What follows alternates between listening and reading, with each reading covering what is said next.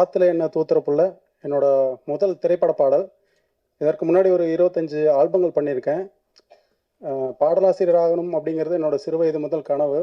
அது வந்து என்னுடைய ஆசான் பிரியான் அவர்கள் கதாநாயகனாக அறிமுகமாகும் இந்த அரணம் படத்தில் வந்து பாடலாசிரியராக அறிமுகமாவது வந்து ரொம்ப பெரிய மகிழ்ச்சி. அரணம் வந்து தமிழ் திரைக்கூடம் தயாரிப்பு அப்படின்னா நான் தமிழ் திரைப்பட கூட தயாரிப்பு. பிரியன் சார் கீழே ஒரு 6 மாதங்கள் வந்து நான் பாடலாசிரியர் வந்து பயிற்சி பெற்றிருக்கேன். அந்த டைம் அந்த பயிற்சி முடிஞ்சதுக்கப்புறம் ஒரு ப்ராஜெக்ட் பண்ணுவோம். ஒரு பாடல் வந்து ஒரு மெட்டு கொடுப்பாங்க. அந்த மெட்டுக்கு வந்து பாடல் எழுதி அதை வந்து ஒரு ப்ரொஃபஷனல் சிங்கர்ஸு ப்ரொஃபஷனல் ஸ்டூடியோவில் வந்து ரெக்கார்ட் பண்ணுவோம். அது வந்து ரெகுலராக வந்து இந்த கோர்ஸ் நடத்துகிறப்போ ஒரு ப்ரொசீஜர்.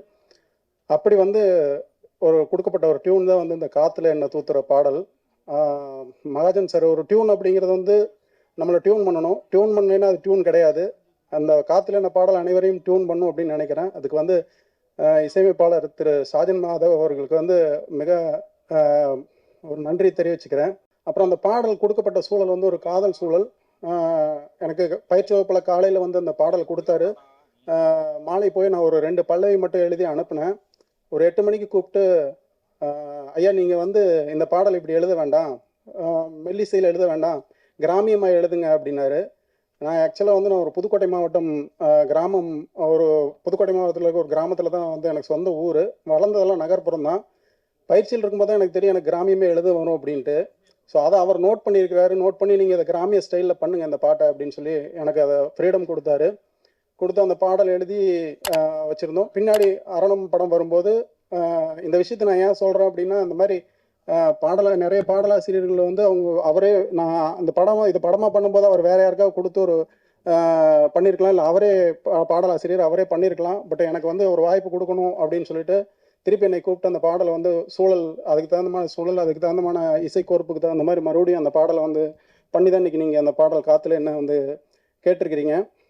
அதுக்கு வந்து அவருக்கு நான் எவ்வளோ நன்றி சொல்கிறேன்னு தெரியல. அதே போல் தமிழ் திரைப்படக்கூடம் அது மட்டும் எனக்கு பண்ணலை. தமிழ் திரைப்படக்கூடம் அங்கே சொல்லிக் கொடுத்த நான் வந்து ஆக்சுவலாக வந்து நான் ஒரு டெக்ஸ்டைல் படிச்சிருக்கேன். டெக்ஸ்டைல் மத்திய அரசு பணியில் இருக்கேன். ஆனால் எனக்கு அவங்க சொல்லிக் கொடுத்த இலக்கியங்கள் மேற்கொண்டு ஆர்வத்தை தூண்டி இன்றைக்கி நான் எம்ஏ தமிழ் முதலாம் ஆண்டு பண்ணிகிட்டு இருக்கேன் திரைப்படத்துக்காக வந்ததுக்கப்புறம். அதுக்கப்புறம் தேவாரம் திருவாசமெல்லாம் வந்து பாரம்பரியமாக படித்ததில்லை. அதனால் சைவ சித்தாந்தம் படிக்கணும்னு அதையும் வந்து அங்கே கற்றுக்கிட்ட அந்த விஷயத்துலேருந்து மறுபடியும் அதுவும் ஒரு 2 வருஷம் கோர்ஸ் போயிட்டுருக்கிறேன். இதெல்லாமே வந்து எனக்கு திரைப்படக்கூடம் பண்ணது. அதெல்லாம் வந்து என்னுடைய 2 ஆல்பம் பாடல் வந்து தமிழ் திரைப்படக்கூடம் வந்து களமாக இருந்தது. அவங்க தான் சார் தான் வெளியிட்டார். அதுக்கப்புறம் வந்து ஒரு கவிதை நூல் வந்து எழுதியிருந்த இடம் பொருள் காதல்னு சொல்லிட்டு அதுக்கு அணிந்துரை வழங்கி அந்த நூலையும் வந்து தமிழ் திரைப்படக்கூடத்தில் வெளியிட்டார். ஒரு மனிதனுக்கு பின்னாடி வந்து இவ்வளவு விஷயம் செஞ்சு எனக்கு இன்னைக்கு கொண்டு உங்கள் முன்னாடியெல்லாம் கொண்டு நிறுத்தியிருக்கிறாரு அப்படிங்கிறது வந்து அது வந்து அவரோட பெருந்தன்மை. அவர் வந்து எனக்கு எப்படி சொல்கிறதுன்னு அது தெரியல எனக்கு.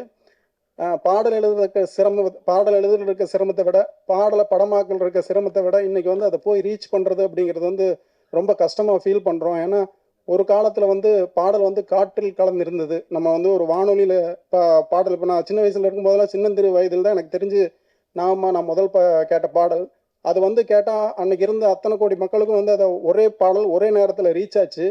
அதுக்கப்புறம் வந்து அந்த பணியை வந்து பார்த்திங்கன்னா டேப் ரெக்கார்டர்கள் செஞ்சது. அதுக்கப்புறம் சேட்டிலைட் சேனல் வந்ததுக்கப்புறம் அதெல்லாம் வந்து சேட்டலைட் சேனல் வந்து பாடல்களை வந்து ஒளிபரப்பி அது வந்து பாடல்கள் வந்து ஹிட் அடிக்க வச்சுது. இன்றைக்கி வந்து எல்லாமே தளமெல்லாம் மாறிடுச்சு. காற்றுல வந்த பாடல் இன்னைக்கு காதில் போய் மூடிச்சு. ஹெட்ஃபோனுக்குள்ளே வந்து எல்லாருமே இருக்கிறாங்க. செல்ஃபோனுக்குள்ளே நுழைஞ்சு அவங்கள பாடல் வைக்க வேண்டிய ஒரு விஷயமா இருக்குது. இங்கே பத்திரிகையாளர்களாக வந்திருக்கிறீங்க. நீங்கள் கண்டிப்பாக இந்த பாடல் வந்து இப்போ கொஞ்சம் நல்ல வியூஸ் போயிருக்குது. நிறைய ரீல்ஸ் எல்லாம் பண்ணுறாங்க. இருந்தால் கூட இது வந்து எங்களுக்கு போதுமானதாக அல்ல. ஒரு பெரிய நடிகரோ இல்லை ஒரு பெரிய இசையமைப்பாளரோ கொடுத்தா உடனே வந்து நிறைய மில்லியன்ஸ் போடுற பாடல் வந்து நாங்கள் எதிர்பார்க்குற அளவுக்கு ரீச் பண்ணணும் அப்படின்னு அவங்களோட ஒத்துழைப்பு வந்து கண்டிப்பாக வேணும். நான் இந்த பாடல் வந்து கண்டிப்பாக வெற்றி பெற்றேன் அப்படின்னா எவ்வளவோ மாணவர்கள் இருக்கிறாங்க, அவங்களும் நாளைக்கு தமிழ் தேடி வந்து பாடலாசிரியர்களாக வருவாங்க அப்படிங்கிற ஒரு விஷயம் இருக்குது. அதெல்லாமல் இந்த படத்தையும் வந்து வெற்றி பெற வச்சிங்கன்னா கண்டிப்பாக அவரும் வந்து அதன் மூலிமா வந்து நிறைய பாடலாசிரியர்கள் வந்து உருவாக்குவார் அப்படிங்கிற ஒரு விஷயத்தை சொல்லி வந்திருக்கும் அனைவருக்கும் நன்றி கூறி விடைபெறுகிறேன். நான் சஹானா. அரணம் திரைப்படத்தில் ஆரிராரோங்கிற பாடல் தான் என்னோட முதல் திரைப்பட பாடல். இந்த பாடல் வந்து பாலா சார் சொன்ன மாதிரி அவரோட டியூனும் என் டியூனும் ஒன்று தான். நாங்கள் வந்து கோர்ஸ் படிக்கும்போதே வந்து இந்த பாடல் எழுத ஆரம்பித்தோம். அது ரொம்ப பிடிச்சி போய் இப்போது படத்தில் வரணுங்கும்போது திருப்பி எழுதும்போது பிரியன் சார் வந்து அது அவரே எழுதியிருக்கலாம், ஆனால் எங்களை மாதிரி மாணவர்களுக்கும் வாய்ப்பு கொடுக்கணும் அப்படின்னு சொல்லிட்டு எங்களையும் எழுத வச்சாரு. அது பாட்டு எழுதும்போது நம்ம ஃபர்ஸ்ட் சாங் அப்படின்றதுனால நிறைய குழப்பம் இருக்கும், சந்தேகம் இருக்கும். ஆனால் அதை எதுவுமே பெருசாக பொருட்படுத்தாமல் ரொம்ப எங்களுக்கு வந்து சப்போர்ட்டிவாக இருந்து இந்த பாட்டை எழுத வச்சாரு. பிரியன் சாருக்கும் சாஜன் சாருக்கும் ரொம்ப நன்றி. இப்போது ரீசெண்ட் டைம்ஸில் வந்து மெல்லிசை பாடல்கள் ரொம்ப கம்மியாக தான் வருதுன்னு நான் நினைக்கிறேன். ஸோ இந்த பாடல் வந்து காற்றுல என்னவோ ஆரிரராகவும் ஒரு நல்ல மெல்லிசை பாடலாக இருந்து எல்லாருக்கும் பிடிக்கும் அப்படின்னு நம்புகிறேன். எல்லாரும் சப்போர்ட் பண்ணுங்க. பிரியன் சார் அண்ட் சாஜன் சாருக்கு ரொம்ப நன்றி. அடுத்தபடியாக அரணம் படத்தின் எடிட்டர் PK அவர்களை பேச அழைக்கிறேன். என் பேர் PK, நான் ஒரு எடிட்டர். நான் வந்து இந்த படத்தோட எடிட்டர். எனக்கு ரொம்ப பேசி பழக்கம் இல்லைனாலும் கொஞ்சம் ரொம்ப நர்வஸாக இருக்குது ஆக்சுவலாக. பிரியன் சார் எனக்கு வந்து ஒரு 5 to 6 இயர்ஸாக தெரியும். பாடலாசிரியராக அவர் எனக்கு தெரியறதுக்கு முன்னாடியே எனக்கு டேரக்டராக தான் எனக்கு ஃபஸ்ட்டு பர்சனலாக தெரியும். பாடலாசிரியரை நான் வெளிலேருந்து பார்த்துருக்கேன், பட் பர்சனலாக எனக்கு தெரியும் போது அவர் ஒரு டேரக்டராக தான் அறிமுகம் எனக்கு. ஸோ இந்த படம் வந்து நாங்கள் படத்தோட எடிட்டிங் நாங்கள் வந்து அப்படியே எப்படி சொல்கிறதுன்னா கொரோனாலையும் ஆச்சு. பட் நானும் சாரும் நிறைய உட்காந்து டிஸ்கஸ் பண்ணி இந்த படம் எப்படி ஒரு ஃபார்மேட்னா ஒரு லீனியர் பேட்டர்ன் தான். பட் எப்படி சொல்லணும்னா ஒரு நான் லீனியர்லேருந்து அப்புறம் திருப்பி லீனியராக ஒரு கதையை வந்து சொல்கிற மாதிரி ரொம்ப இன்ட்ரெஸ்டிங்காக அதை ஷேர் பண்ணியிருக்காங்க. ஒரு ஹாரர் கிரைம் த்ரில்லர் அந்த பேட்டர்னில் இருக்கனால நிறைய ட்விஸ்ட் அண்ட் டர்ன்ஸ் இருக்கும். ஒரு செகண்ட் ஹாஃப் வந்து ஃபுல்லாகவே உங்களுக்கு ட்விஸ்ட் அண்ட் டர்ன்ஸ் வந்து எவ்ரி 5 to 6 minutes அப்படி இருந்துக்கிட்டே தான் இருக்கும். இந்த படத்தில் ஒர்க் பண்ணது எனக்கு ரொம்ப ஹாப்பியாக இருக்குது. தேங்க்யூ பிரியன் சார். ப்ரெஸ் மீடியா நீங்கள் தான் அதை வந்து கொஞ்சம் மக்களுக்கு எடுத்து காட்டி பண்ணோம். Thank you so much. அரணம் படத்தின் ஒளிப்பதிவாளர் நௌசத் அவர்களை பேச அழைக்கிறேன். அரணம் அப்படின்னா கவசம். பிரியன் சார் வந்து பிரியமான ஒரு கமல். அவர் வந்து நல்லா வர்ற வரைக்கும் எதையும் விட மாட்டார். நான் ஒரு 22-24 படங்கள் பண்ணிட்டேன். ஆனால் அவர் பக்கத்தில் வந்தாலும் நான் பயந்துக்குவேன், எது பண்ண போகிறாரு, எதோ கேட்க போகிறாரு அப்படின்ட்டு. ஏன்னா நல்லா வர்ற வரைக்கும் அவர் விடவே மாட்டார், கோவப்பட மாட்டார், இது பண்ண மாட்டார். ஆனால் சந்தோஷமாக சிரிச்சு இது வருங்கன்னு சொல்லி வரவழைச்சிருவார். ஒரு 4 தடவை DI பண்ணியிருப்பேன் இந்த படத்தை, மறுபடியும் ஒரு எத்தனை முறை ஷூட் பண்ணியிருப்பேன்னு பார்த்துக்கங்களா. அதுக்கு முன்னாடி ஒரு நாள் ஷூட்டிங்னா அது ஒரு 4 நாள் ஷூட்டிங் நடக்கும். மறுபடியும் நடந்துகிட்டே இருக்கும். சாட்டிஸ்ஃபை ஆகிற வரைக்கும் விடவே மாட்டார். அவர் பக்கத்தில் வந்தார்னா நான் பயந்துக்குவேன், ஐயோ ஏதோ கேட்க போகிறாரு, புதுசாக ஏதோ பார்த்துட்டு ஏதோ கேட்க போகிறாரு அப்படின்ட்டு. அப்படி ஒரு நல்ல மனிதர் பிரியமானவர். அவர் நல்லா இருக்கணும், நிறையா படங்கள் பண்ணணும், எல்லாத்துக்கும் வேலை கொடுத்து எல்லாத்தையும் சந்தோஷப்படுத்தணும். இந்த படம் ரொம்ப நல்லா இருக்குது, அருமையான ஒரு படம். எல்லாரும் தியேட்டரில் போய் பாருங்கள். OTTயும் வரப்போகுது, எல்லாரும் பாருங்கள், பார்த்து இந்த வெற்றி படமாக்குங்க. அவரை மேலும் நிறையா படங்கள் எடுக்க வைங்க. மிகச்சிறந்த கதாநாயகனாகவும் இயக்குனராகவும் வாழ வைங்க அவரை. ஓகே, வாழ்த்துக்கள் சார். வாழ்க வளமுடன். படத்தின் கதாநாயகி வர்ஷா அவர்களை பேச அழைக்கிறேன். இப்படி ஒரு மேடை, என் முதல் மேடை எனக்கு கொடுத்ததுக்கு பிரியன் சாருக்கு வந்து ரொம்ப தேங்க்ஸ். பிரியன் சார் பற்றி சொல்லணும் எனக்கு.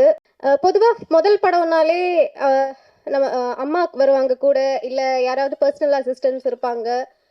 பட் நான் வந்து இந்த ஹோல் ஷெட்யூல், இந்த ஹோல் படமே தனியாக தான் இருந்தேன். பட் என்னென்னா நம்ம தனியாக இருக்குமே, ஃபர்ஸ்ட் படம் வேற, அந்த எதுவுமே இல்லை. அரணம் எப்படி அது ஒரு ப்ரொடெக்ஷனோ அதே மாதிரி தான் சாரும் அவ்வளோ அப்படி பார்த்துக்கிட்டாங்க, அவ்வளோ ப்ரொடெக்ஷனாக பார்த்துக்கிட்டாங்க. பொதுவாகவே ஒரு கோஸ்டார் கூட ஒர்க் பண்ணுறது நமக்கு கம்ஃபர்டபுளாக இருக்கும், எல்லாமே இருக்கும். பட் நான் முக்கியமாக ஃபீல் பண்ணது வந்து ஐ ஃபீல் ரியலி சேஃப். இது நான் இங்கே கண்டிப்பாக சொல்லணும். சார் கூட I really felt very safe. அப்புறம் சவுண்ட் கொஞ்சம் மாறி இருக்கு, டப்பிங் நான் தான் பேசியிருக்கேன், இப்போ கண்டுபிடிக்க முடியலன்னா மன்னிச்சிருங்க. இந்த படத்தில் மொத்தம் எங்கள் காம்பினேஷனில் வந்து 3 பாட்டு இருக்கு. இப்போ கதை சூழல் காரணமாக வந்து ஒரு பாட்டு போடலை, சஹானா எழுதி இருக்கிற சாங். அந்த சாங்கும் வந்து ரொம்ப என்ன சொல்றது, ரொம்ப டச்சிங்கான ஒரு சாங் அது. அதே மாதிரி பாலா சார் எழுதின காத்துல என்ன சாங்காக இருந்தாலும், காத்துல என்ன சாங்ல வந்து நீங்க ஒரு இது பார்த்துருப்பீங்க, ரெயின் சீக்வன்ஸ். அந்த ரெயின் வந்து ஒரிஜினல் ரெயின், அவங்க செட் போட்டு ரெயின் போட்டது எதுவுமே இல்லை. அது அப்படியே அமைஞ்சது. அண்ட் இன்னும் நளினா சாங், தமிழை விரும்புகிறவங்க வந்து கண்டிப்பாக இந்த சாங்கை பாருங்க. நளினா சாங், தமிழை காதலிக்கும் அனைவரும் இந்த சாங்கை வந்து கண்டிப்பாக பார்க்கணும்.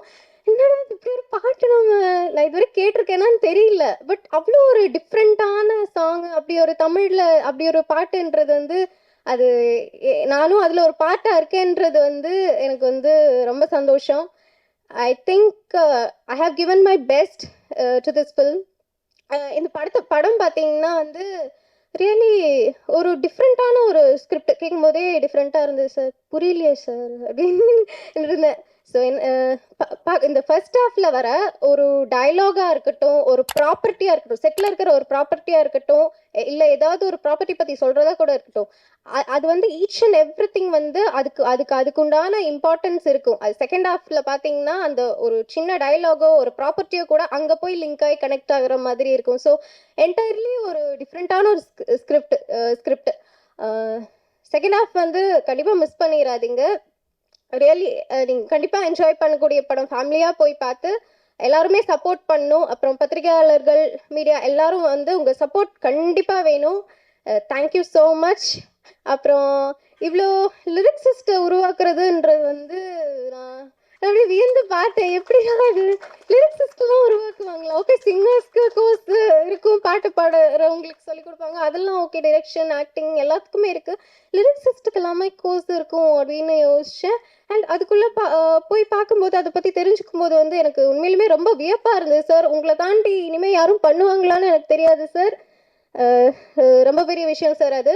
அந்த அங்கே இருக்கிற சாரோட ஸ்டூடெண்ட்ஸ்க்கு அத்தனை பேருக்கும் சான்ஸ் கொடுத்து இந்த தமிழ் திரைக்கூடம் மூலமாக தமிழ் திரைப்பாக்கூடம் ஸ்டூடெண்ட்ஸ்க்கு வாய்ப்பு கொடுத்து அவங்கள ஒவ்வொரு இதில் ஆக்டர்ஸாகவும் சரி, என்ன லிரிக்ஸிஸ்டாகவும் சரி சான்ஸ் கொடுத்து எல்லாரும் கூட இருக்கிறவங்க எல்லாருமே வளரணுன்ற ஒரு நோக்கத்தில் வந்து பிரியன் சார் உண்மையிலுமே அதை பண்ணியிருக்காரு. ஒரு செல்ஃபிஷ்னஸே இல்லாத பர்சன் பிரியன் சார். சத்தியமாக சொல்லணும்னா அவ்வளோ ஹார்ட் ஒர்க்கிங் பர்சன் அண்ட் அவ்வளோ பர்ஃபெக்ஷனிஸ்ட். நௌஷத் சார் சொன்ன மாதிரி பக்கா பர்ஃபெக்ஷனிஸ்ட். ஒரு எடிட்டிங் ஒர்க்காக இருக்கட்டும், ஒரு டிசைனாக இருக்கட்டும், என்னவாக இருக்கட்டும், அதில் அந்த அவர் நினைக்கிற அந்த பர்ஃபெக்ஷன் கிடைக்காம அவர் வந்து விடமாட்டார். ஸோ அப்படி ஒரு பர்சன். ஸோ எனக்கு இதில் வாய்ப்பு கொடுத்து என்னையும் இது அரணத்தில் ஒரு பார்ட் ஆக்குனதுக்கு எனக்கு ரொம்ப thank you sir. Whole cast and crew எல்லாருக்குமே ரொம்ப நன்றி. தேங்க்யூ. சப்போர்ட் பண்ணுங்க. பண்ண வேண்டிய ஒரு நேரம். ஸோ படத்தோட கதாநாயகன், படத்தோட இயக்குனர் வந்து ஒரு பாடல் ஆசிரியர் பிரியன் அவர்கள் தான் நடிச்சிருக்காங்க. அதை வர சப்போர்ட் பண்றதுக்காக இவங்க எல்லாரும் ஒரு 10 பாடல் ஆசிரியர்கள் வந்து ப்ரொடக்ஷனா, அதாவது ப்ரொடியூசர்ஸா உருவெடுத்து இந்த படத்தை வந்து உருவாக்கியிருக்காங்க. ஸோ அவங்கள வந்து இந்த தருணத்துல மேடை கழிச்சு நாங்க வந்து மரியாதை செலுத்தணும் அப்படின்னு ஆசைப்படுறோம். ஸோ இந்த படத்தோட பார்ட்டா இருக்கக்கூடிய அனைத்து பாடல் ஆசிரியர்களையும் மேடை கழிக்கிறோம்.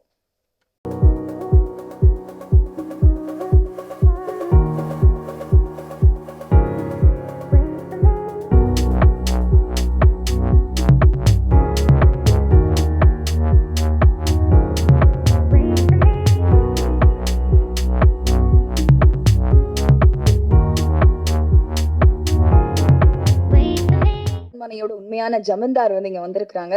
சோ ரவி அவர்களை மேடை கழிக்கிறோம்.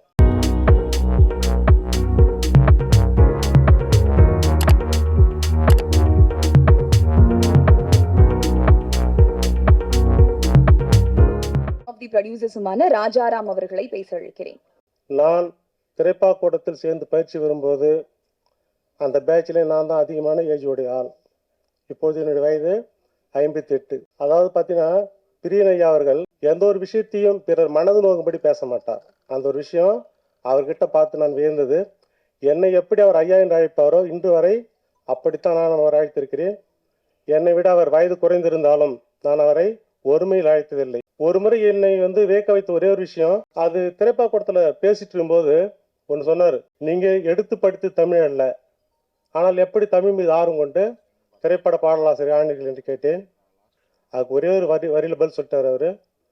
நான் திருச்சியிலிருந்து இந்த சென்னைக்கு வந்தபோது திரைப்பட பாடலாசிரியராக ஆக வேண்டும் என்று தான் வந்தேன்.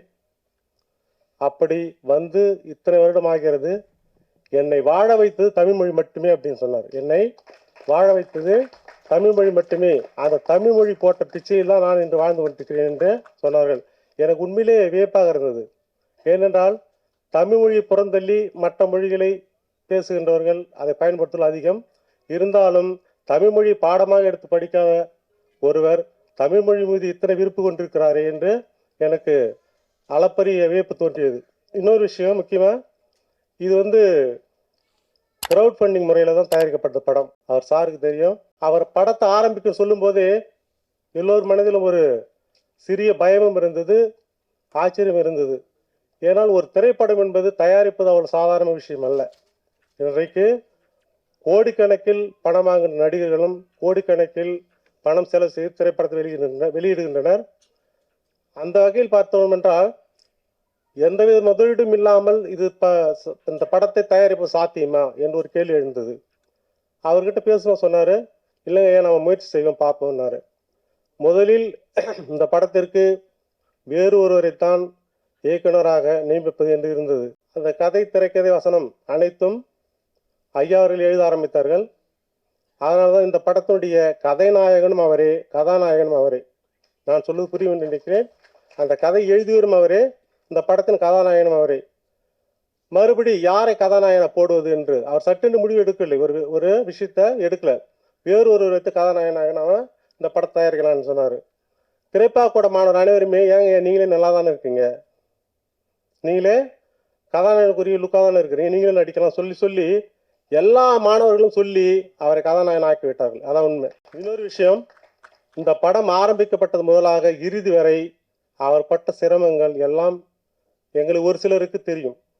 ஏனென்றால் எந்த ஒரு சிரமமான விஷயமா இருந்தாலும் எனக்கு தொலைபேசியில் தொடர்பு கொண்டு இப்படி இருக்குதையா அப்படி இருக்குதா என்று ஒரு ஆலோசனை கேட்பார்கள். நான் என்ன சொன்னேன், எந்த ஒரு திரைப்படமே எடுக்கும்போது எவ்வளோ கஷ்டங்கள் இருக்கும் ஐயா, கண்டிப்பாக நம்ம ஜெயிச்சிடலாம், வெற்றி பெற்றலாம் அப்படின்னு சொல்லிட்டேன்.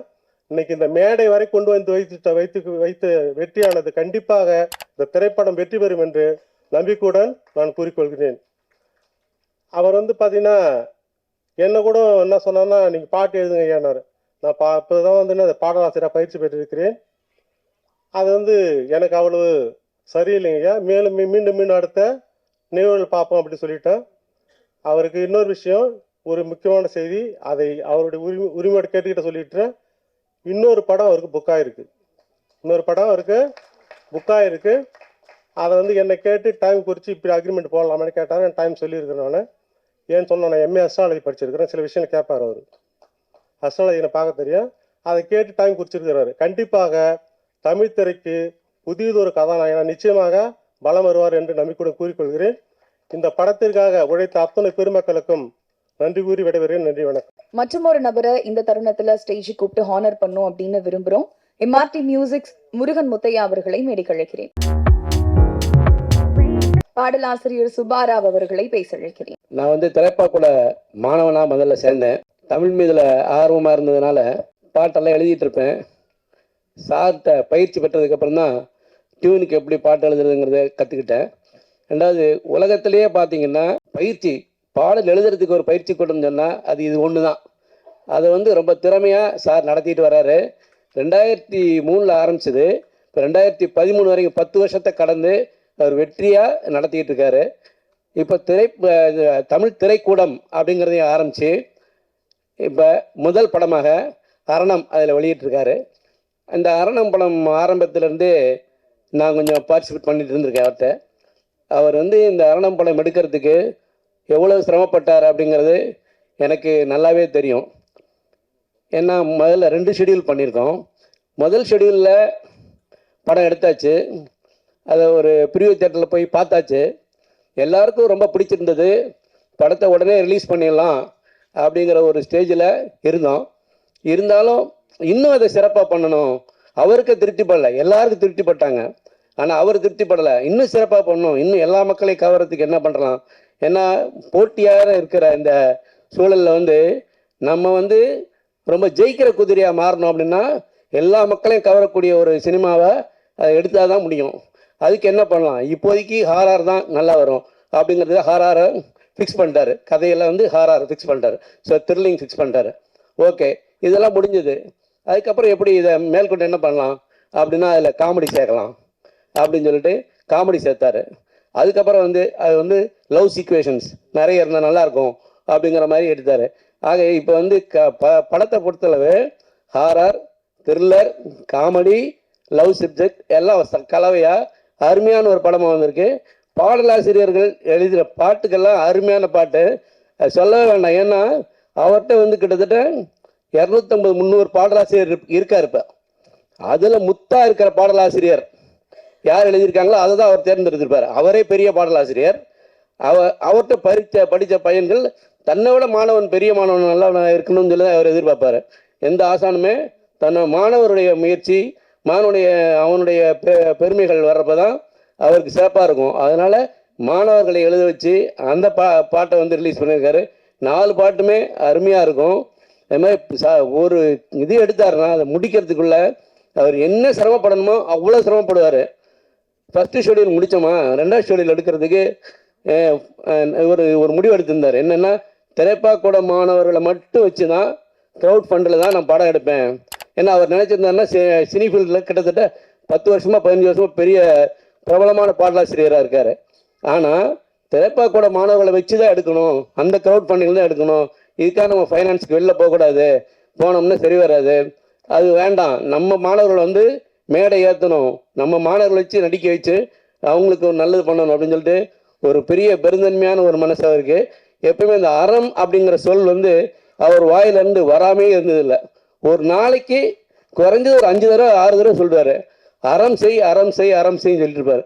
அறம் நினை அறம் செய் அறம் சொல் அப்படின்னு சொல்லிட்டு அவர் சொல்லிகிட்டே இருப்பார். அதனால அவருடைய சிந்தனை பூரா அறம் சார்ந்ததுனால அது அறத்தின் வழியிலேயே போனார். 2வது ஷெடியூல் எடுக்கிறதுக்கு ஃபைனான்ஸ் இதாக இருந்தது. ஈவன் அவங்க வீட்டில் வந்து ட்ராப் பண்ணிட்டோமா, ஷெடியூல் படங்கள்லாம் எடுத்தாச்சு, ஆனால் ரிலீஸ் பண்ணணும், அதுக்கு போஸ்ட் ப்ரொடக்ஷனுக்கு வந்து ஏகப்பட்ட ஃபண்ட்ஸ் தேவைப்படுது இப்போ இருக்க காலகட்டத்தில்.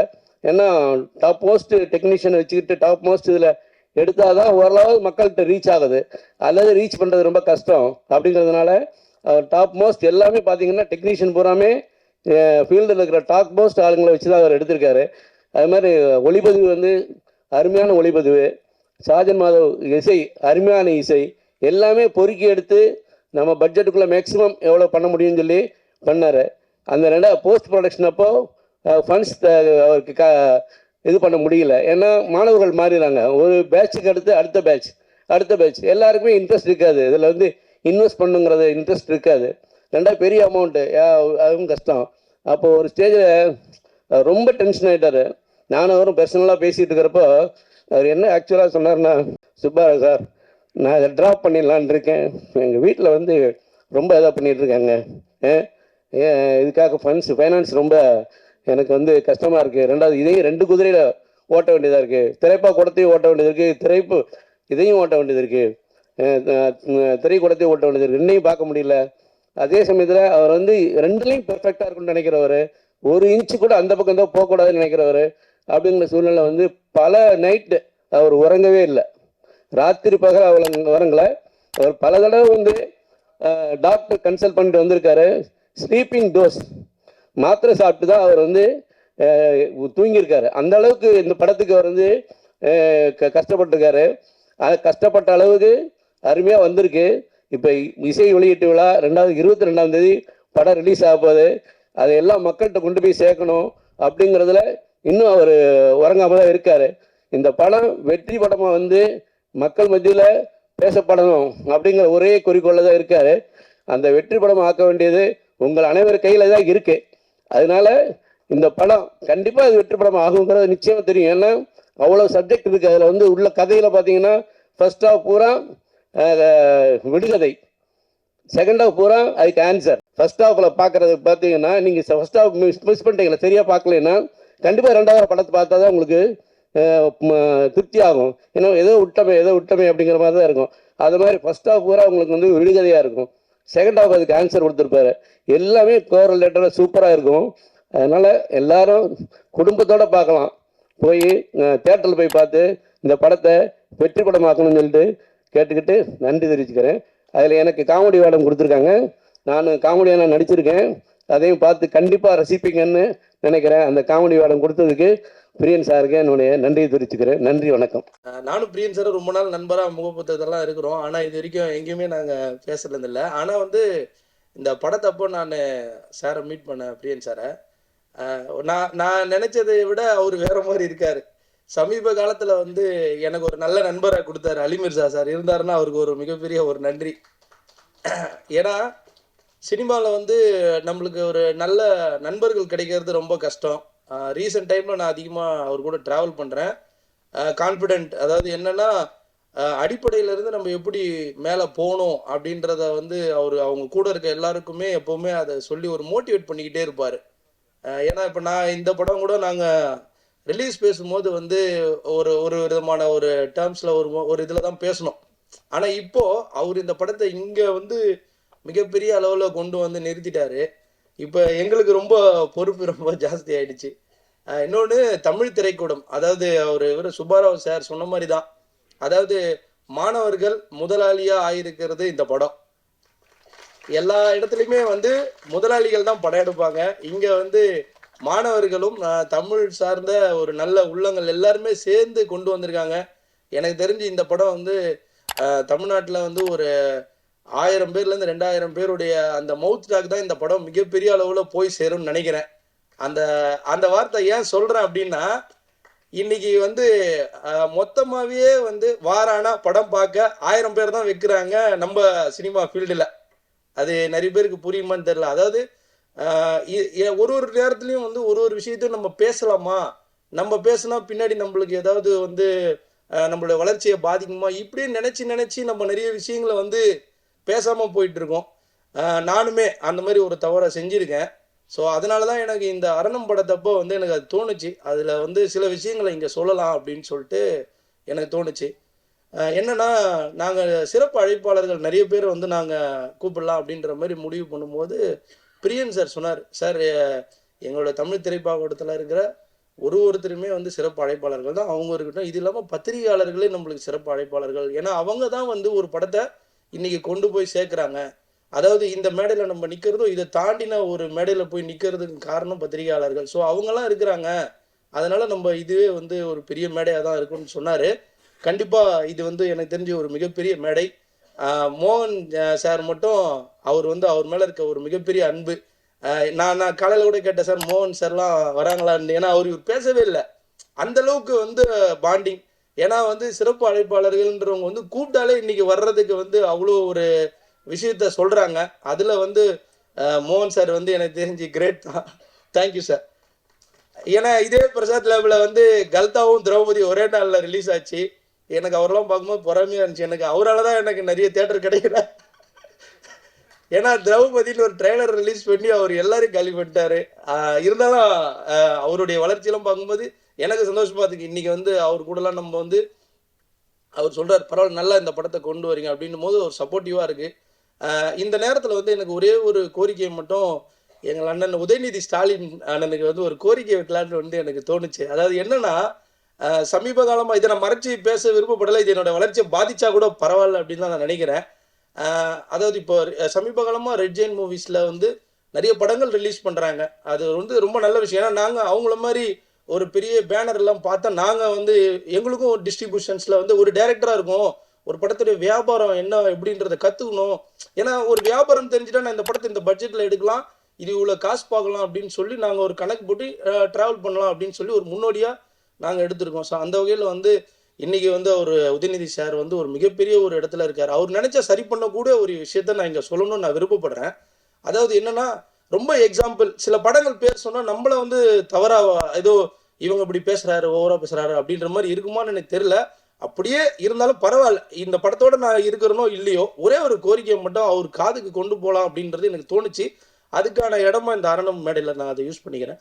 அதாவது இப்போ இந்த வாரத்தில் வந்து சலார், டன்கி, அது இல்லாமல் ஆக்வாமான், இப்படி பல படங்கள் வந்து வேற்றுமொழி படங்கள் வருது. நிறைய பேர் வந்து வேற்றுமொழி படங்கள் வந்து தமிழ் திரை ஆக்கிரமிக்குதுன்னு பேசிட்டாங்க. இப்போ நான் அதை பேச வரல.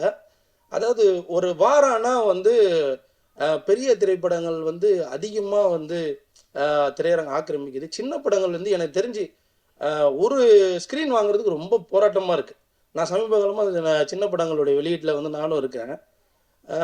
ஒரு ஷோ கேட்டால் ஒரு 20 டிக்கெட் எடுத்தால் கூட போதும் அப்படின்றாங்க. ஆனால் அந்த 20 டிக்கெட்டை போய் நம்ம ஒரு கவுண்டரில் கேட்டால் கொடுக்க முடியல. சமீபத்தில் கிடான்னு சொல்லி ஒரு படத்துடைய பதிவு வந்து எல்லாருமே சோசியல் மீடியாவில் ரொம்ப இதுவாக பேசினாங்க. அதாவது அந்த டைரக்டர் போனார், ஒரு தேட்டர் வாசலில் இருந்து அவர் கேட்டார், டிக்கெட்டு இல்லைன்ட்டாங்க, அப்புறம் வந்து போய் கேட்டாங்க அப்படின்னு சொல்லி ஒரு பதிவை வந்து ஃபார்வர்ட் பண்ணாங்க. இப்படியே நம்ம எல்லா விஷயத்தையும் ஃபார்வர்ட் பண்ணி போகிறோம். இப்படியே போயிட்டு இருந்தால் அடுத்து சின்ன படங்கள் எனக்கு தெரிஞ்சு வந்து நெக்ஸ்ட் இயரில் வந்து ஒரு ஜூன் ஜூலைக்கு அப்புறம் சின்ன படங்கள் வருமானு எனக்கு தெரியல, நான் பார்த்த வரைக்கும். ஏன்னா என்னாலுமே அடுத்து ஒரு சின்ன படம் எடுக்க முடியுமா அப்படின்றது. ஏன்னா தயாரிப்பாளர்களாக வர்றவங்க எல்லாருமே வந்து அழிஞ்சு போயிட்டே இருக்காங்க. இது எல்லாரும் பேசுகிறாங்க. ஆனால் இது எப்படி சரி பண்ண போகிறாங்கன்னு யாருக்குமே தெரியல சமீபத்தில். ஏன்னா இது நான் தயாரிப்பாளர் சங்கத்திலையும் ஒரு உறுப்பினராக இருக்கேன், இயக்குனர் சங்கத்திலையும் ஒரு உறுப்பினராக இருக்கேன். நான் இது யார்கிட்ட போய் சொல்கிறதுன்னு எனக்கு தெரியல. ஏன்னா வாரானா ஒரு 3 வெளிமாநில படம் வந்து ஆக்கிரமிச்சிட்டாங்கன்னா நாங்கள் எங்கே போய் எங்கள் படத்தை ரிலீஸ் பண்ணுறது? எனக்கு தெரிஞ்சு இந்த வாரமே வந்து ஒரு 10 படம் இருக்குது. அப்போ 10 படமே வந்து தியேட்டர் கிடைக்கல அப்படின்னா 10 படத்தோட நிலைமை என்ன? இப்போ ஒரு 1000 பேர், ஒரு 500 பேர் தமிழ் திரைக்கூடத்தோட மாணவர்கள் இருக்காங்கன்னா அடுத்து ஒரு 500 மாணவர்கள் இந்த மாதிரி ஒரு க்ரௌட் ஃபண்டிங்கில் ஒரு நல்ல படம் பண்ணணும் அப்படின்னு நினைச்சாங்கன்னா கண்டிப்பாக பண்ண மாட்டாங்க. ஏன்னா இது எப்படி ரெவன்யூவாக பண்ணுறது சார்? உதவி பண்ணால் நிறைய பேர் இருக்காங்க, காசு கொடுப்பாங்க. ஆனால் அந்த காசை கொடுத்தா நம்ம கொடுக்கணும்ல, கொடுத்தா தானே அவங்க வந்து ஒரு படம் தயாரிப்பாங்க.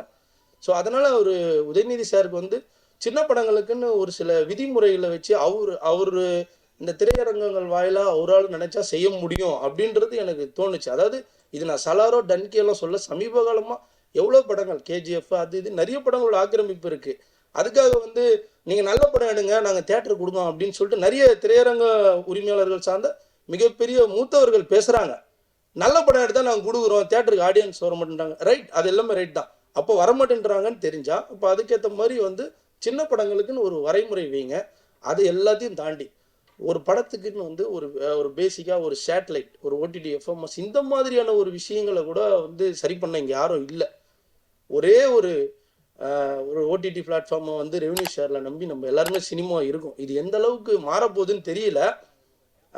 அதர் லாங்குவேஜில் இருக்க எல்லா படங்களும் ஒரு நல்ல முறையில் போய் சேர்ந்துட்டு இருக்கு. ஆனால் தமிழ் திரைப்படம் எனக்கு தெரிஞ்சு அழிஞ்சிட்டு வருது. ஏன்னா நானும் வந்து விஷால் சார் ஒரு பதிவு போட்டோன்னே நானும் ஃபேஸ்புக்கில் வந்து இப்படிலாம் அவர் சொல்கிறாருன்னு சொல்லி அவரை வந்து நான் ஒரு கண்டனமாக நானும் ஒரு பதிவு போட்டேன். அதுக்கு எனக்கு நிறைய பேர் வந்து சொன்னாங்க அவர் சொல்கிறது கரெக்ட் தான் அப்படின்னு. ஆனால் உண்மையிலே அவர் எப்படி சொல்கிறாருன்னு எனக்கு தெரியல. அவர் சொன்னதெல்லாம் நடந்துருமோன்னு. ஏன்னா அவர் சொன்னது நடந்தால் சத்தியமாக சினிமா இருக்குமான்றது எனக்கு தெரியல.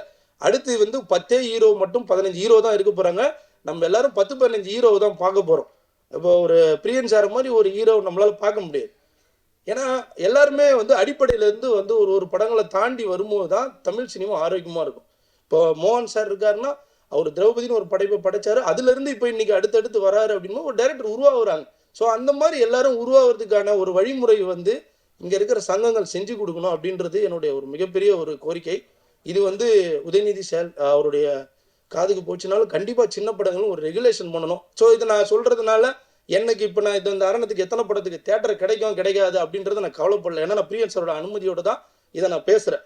ஏன்னா அவர் எனக்கு அந்த உரிமையை கொடுத்தார். சார் நான் இந்த மாதிரி ஒரு விஷயம் இருக்குது சார், இதை நான் சொல்லணும், ஏன்னா நம்ம சொல்லும் போது தான் அது ஒரு இதுவாகும் அப்படின்னோடனே உங்களுடைய அவர் சொன்னார் இந்த மாதிரி அது பேசினா சரியாக இருக்குமான்னு. இல்லை சார், எல்லாருமே நினைக்கிறது தான் நம்ம சொல்லுவோம். ஏன்னா நம்ம ஒன்றும் தவறாக சொல்ல. ஏன்னா இப்போ ஒரு குழந்தை அழுகுதுன்னா அந்த குழந்தைக்கு சாப்பாடுன்னா அந்த குழந்தை கேட்டால் தானே தெரியும். ஏன்னா இங்கே வாரானா வந்து நம்ம இங்கே பல படங்களுடைய ஒரு ரிலீஸை பண்ணிட்டு நம்மளாம் போயிட்டே இருக்கோம்.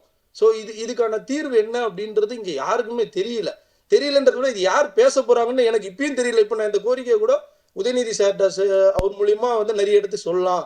ஏன்னா அவங்க ஓரளவுக்கு இன்னைக்கு நிறைய படங்கள் பெரிய படங்கள் பண்ணும்போது ஸோ அது நம்மளுக்கு இந்த மாதிரி சின்ன படங்கள் ஒரு வரைமுறை பண்ணித்தரலான்றதுக்காக நம்ம சொல்கிறோம். ஒருவேளை நான் பேசிட்டேன்னு எனக்கு 10 தியேட்டருக்காரங்க ஒரு அறிவுறுத்தர் அப்படி பேசுகிறாரு அப்படின்னு சொல்லி நினைப்பாங்களான்னு எனக்கு தெரியல.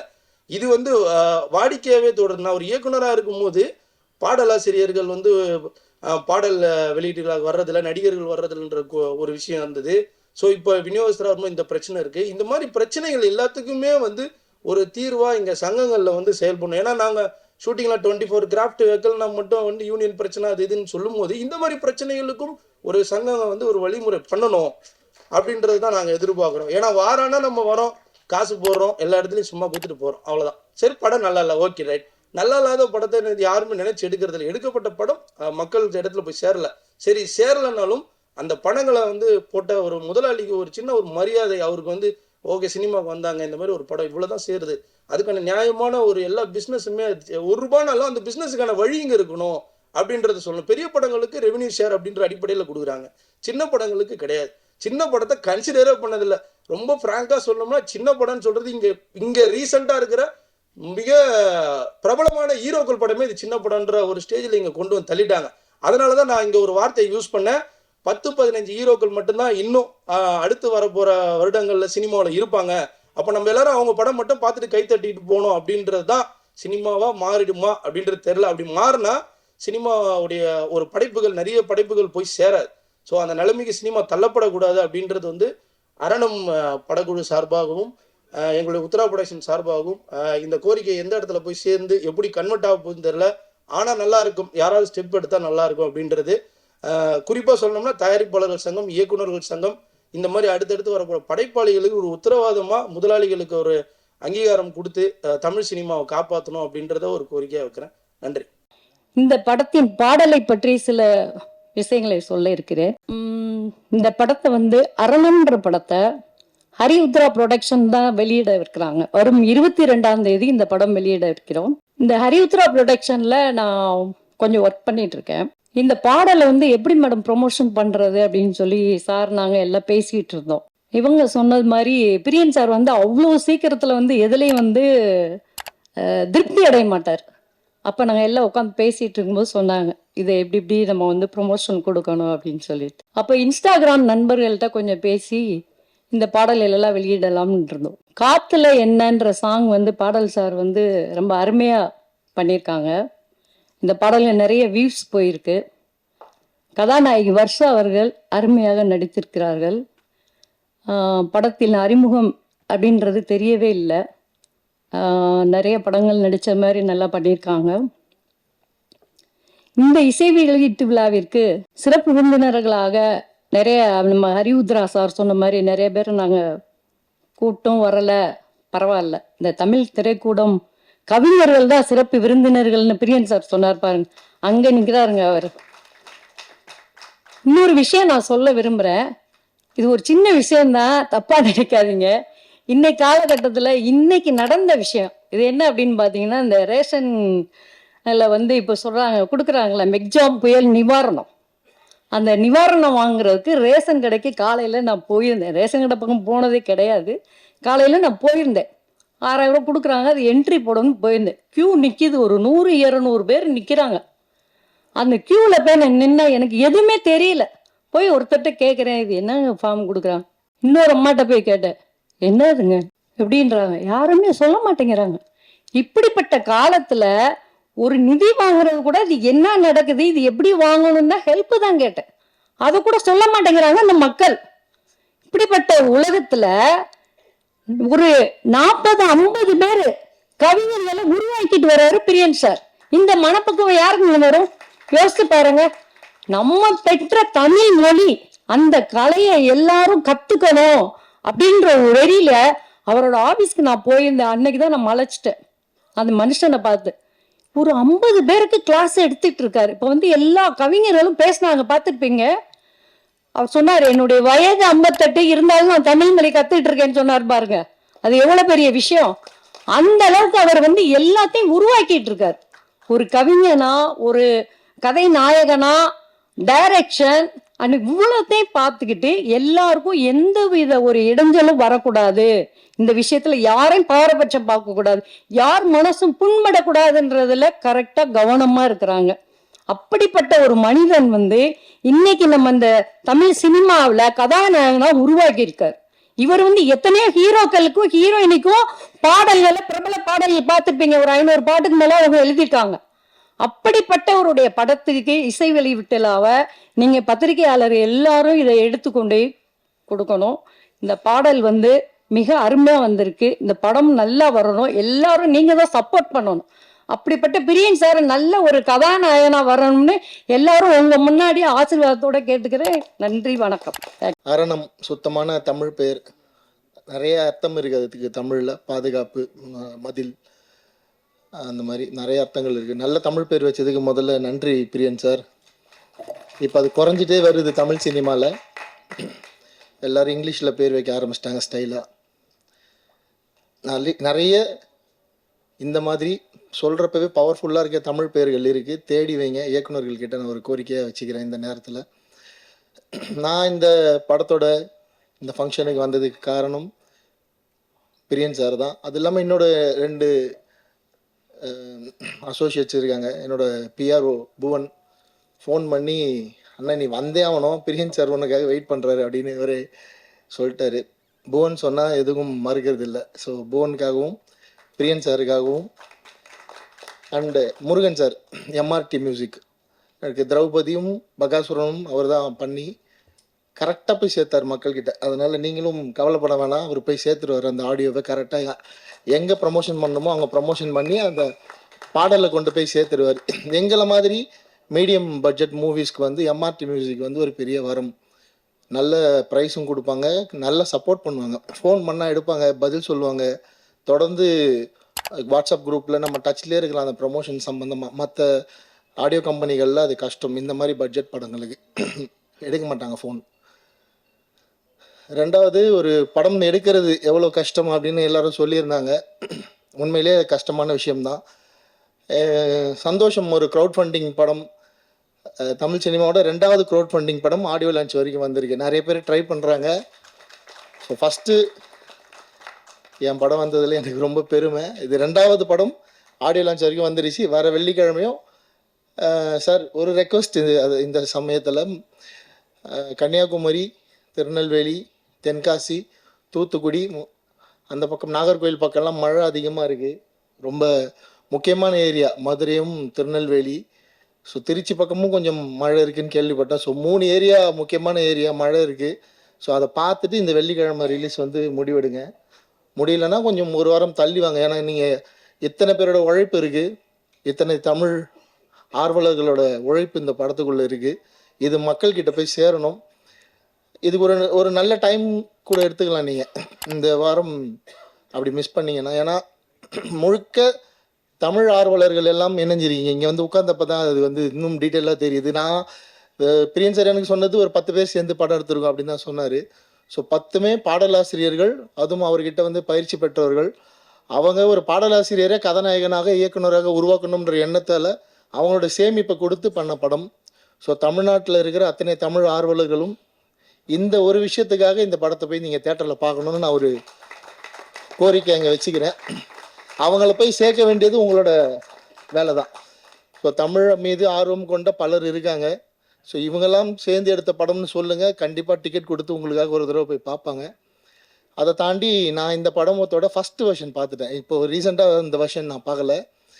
பிரியன் சார் வந்து என்னை கூப்பிட்டு நீங்கள் இந்த படம் பார்த்தே ஆகணும் அப்படி சொல்லி நான் வந்து போய் பார்த்தேன். ரொம்ப நல்லா ஒரு ஃபஸ்ட் டைம் டைரக்ஷன் பண்ணுற மாதிரி அப்படிலாம் இல்லை. ஏன்னா பிரியன் சாருக்கு சினிமா புதுசு இல்லை, அவருக்கு எல்லாமே தெரியும். இருந்தாலும் ஒரு இயக்குனராக கதாநாயகனாக இருக்கிறப்ப அது ரொம்ப சிரமமான விஷயம். நம்ம மானிட்டர் பார்க்க முடியாது, நடிச்சுட்டு தான் போய் மானிட்டர் செக் பண்ணணும், டபுள் வேலை அது. அப்படி இருந்தும் ஒரு தரமான கதையை தேர்ந்தெடுத்திருக்காரு. பர்ஃபார்மன்ஸில், அவங்களோட லொக்கேஷனில், பட்ஜெட்டில் எங்கேயோ சின்ன சின்ன தவறுகள் இருக்கலாம். ஆனால் நல்ல கதை, நல்ல திரைக்கதையை தேர்ந்தெடுத்திருக்காரு. அதில் கண்டிப்பாக இந்த படம் ஜெயிக்கும், நிற்கும். ரொம்ப நல்ல சஸ்பென்ஸ் த்ரில்லர். இந்த படத்தில் வந்து இவர் கேரக்டர் நல்லவரா கெட்டவரா, அந்த வீட்டை சுற்றி நடக்கிற அமானுஷ்யங்கள் உண்மையில் அமானுஷ்யமா அமானுஷ்யம் இல்லையா, இந்த மாதிரி நெகட்டிவ் பாசிட்டிவ்னு மாறி மாறி அந்த டைமென்ஷனில் தான் போவோம் ஸ்க்ரீன் பிளே. அது அது தமிழ் தெரிந்த புலவர்களுக்கே உண்டான திறமை போல் அவ்வளோ அருமையாக எழுதியிருக்காரு அந்த விஷயங்கள்லாம். ஸோ இந்த படத்தில் வந்து ஒரு நெகட்டிவாக பாசிட்டிவாக அப்படின்னு ஸ்க்ரீனில் பார்த்து தெரிஞ்சுக்கோங்க. அது ஃபஸ்ட் ஹாஃபில் ஒரு மாதிரி இருப்பார், செகண்ட் ஹாஃபில் ஒரு மாதிரி இருப்பார். ஸோ இந்த நெகட்டிவ் பாசிட்டிவ்னு பேசுகிறப்ப இப்போது இந்த மேடையை பயன்படுத்தி இப்போது போன வாரம் வெளியே இருக்க இந்த கூசு முனுசாமி வீரப்பன்ன்ற வெப்சீரிஸை வந்து நான் இந்த டைமில் பாராட்டிடுறேன். ஜி ஸ்டுடியோவுக்கு ரொம்ப நன்றி, அண்ட் அந்த டைரக்டர் ஷரத்துக்கும் ரொம்ப நன்றி. ஒரு தரமான படைப்பை வந்து வெளியிட்டிருக்காங்க. ஸோ இவ்வளோ நாளாக கம்ப்ளீட்டாக நெகட்டிவாகவே தெரிஞ்ச வீரப்பன் அப்படின்ற ஒரு மனுஷன் இன்றைக்கி மக்கள் மத்தியில் ஓரளவுக்கு பாசிட்டிவாக போய் சேர்ந்துருக்காரு. ஆல்ரெடி வட தமிழ்நாட்டில் ஒரு ஹீரோ தான். ஆனால் இன்றைக்கி மொத்த தமிழ்நாடு முழுக்க, உலகம் முழுக்க வீரப்பனார் வந்து ஒரு ஹீரோ மாதிரி ப்ரொஜெக்ஷன் ஆகிட்டுருக்கு. நிறைய மாற்று கருத்துக்கள் அந்த வெப்சீரிஸில் இருந்தாலும் அவர் என்ன காரணத்துக்காக அந்த வீரப்பன் அப்படின்ற அந்த அவதாரம் எடுத்தார், எந்த வயசுலேருந்து அவர் அந்த காட்டுக்குள்ளே போய் அங்கே இருக்க மக்களுக்காக சண்டை போடலாம் அப்படின்னு முடிவெடுத்தார் அப்படின்னு ரொம்ப அருமையான கண்டென்ட் அமைஞ்சிருக்கு. ஒரு சினிமா நினச்சா எவ்வளோ பெரிய நல்லவனையும் கெட்டவனாக மாற்றும். உண்மையாக சொல்கிறேன், ரியல் லைஃப் இன்சிடெண்ட்.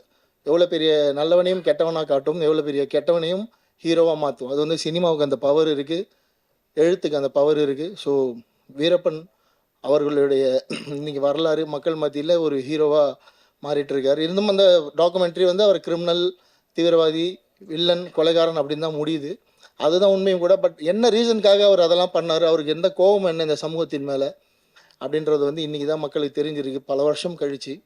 ஸோ இந்த மாதிரி நிறைய ஆளுமைகள் இருக்காங்க. அவங்களெல்லாம் பற்றி தொடர்ந்து வெப் சீரிஸ் வரணும். மலையூர் மம்பட்டியான் இருக்கார், அப்புறம் அரியலூர் பக்கம் வந்து தோழர் தமிழரசன் இருக்கார், புலவர் கலிய பெருமாள், ஆறுமுக நாட்டார், இந்த மாதிரி இன்னும் நிறைய பேர் இருக்காங்க. இந்த பேர்லாம் சொல்கிறேன்னா யாராவது ஒரு டைரக்டர் இவங்களை பற்றி தேடி அவங்கள பற்றின டாக்குமெண்ட்டும் வந்து அந்தந்த வட்டாரங்களில் இந்த மக்கள் வந்து அவங்க என்ன காரணத்துக்காக இந்த சமூகத்துக்கு போராடினாங்க, போராளியாக இருந்தாங்க, மாவோயிஸ்டாக இருந்தாங்க அப்படின்னு தெரிஞ்சுப்பாங்க. எப்படி அவங்களோட மரணம் நிகழ்ந்தது, அதில் என்ன உண்மை இருக்குது, அதில் என்ன அரசியல் இருக்குது, அதெல்லாம் புரிஞ்சுப்பாங்க. அது வந்து சினிமா மட்டும்தான் அதை செய்ய முடியும்.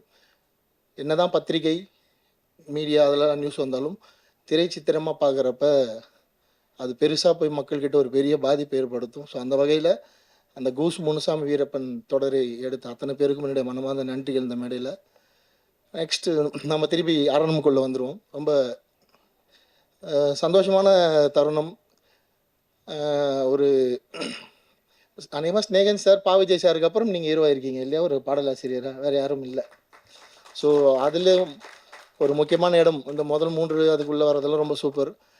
கண்ணதாசன் சார் மேலே ரொம்ப மதிப்பு, வாலி சார் மேலே ரொம்ப அன்பு கொண்டவர் பிரியன் சார். ஸோ கண்ணதாசன் சார் மாதிரி ப்ரொடக்ஷனுக்குள்ளேயும் வந்துட்டார். அதுவும் ஒரு படத்தில் ப்ரொடியூசராக, ஹீரோவாக, டைரக்டராக பெரிய அவதாரம் தான் இது, பெரிய பொறுப்பு இருக்குது. அவரை நம்பி ஃபன் பண்ணுவங்கெல்லாம் சப்போர்ட் பண்ணுங்கள்.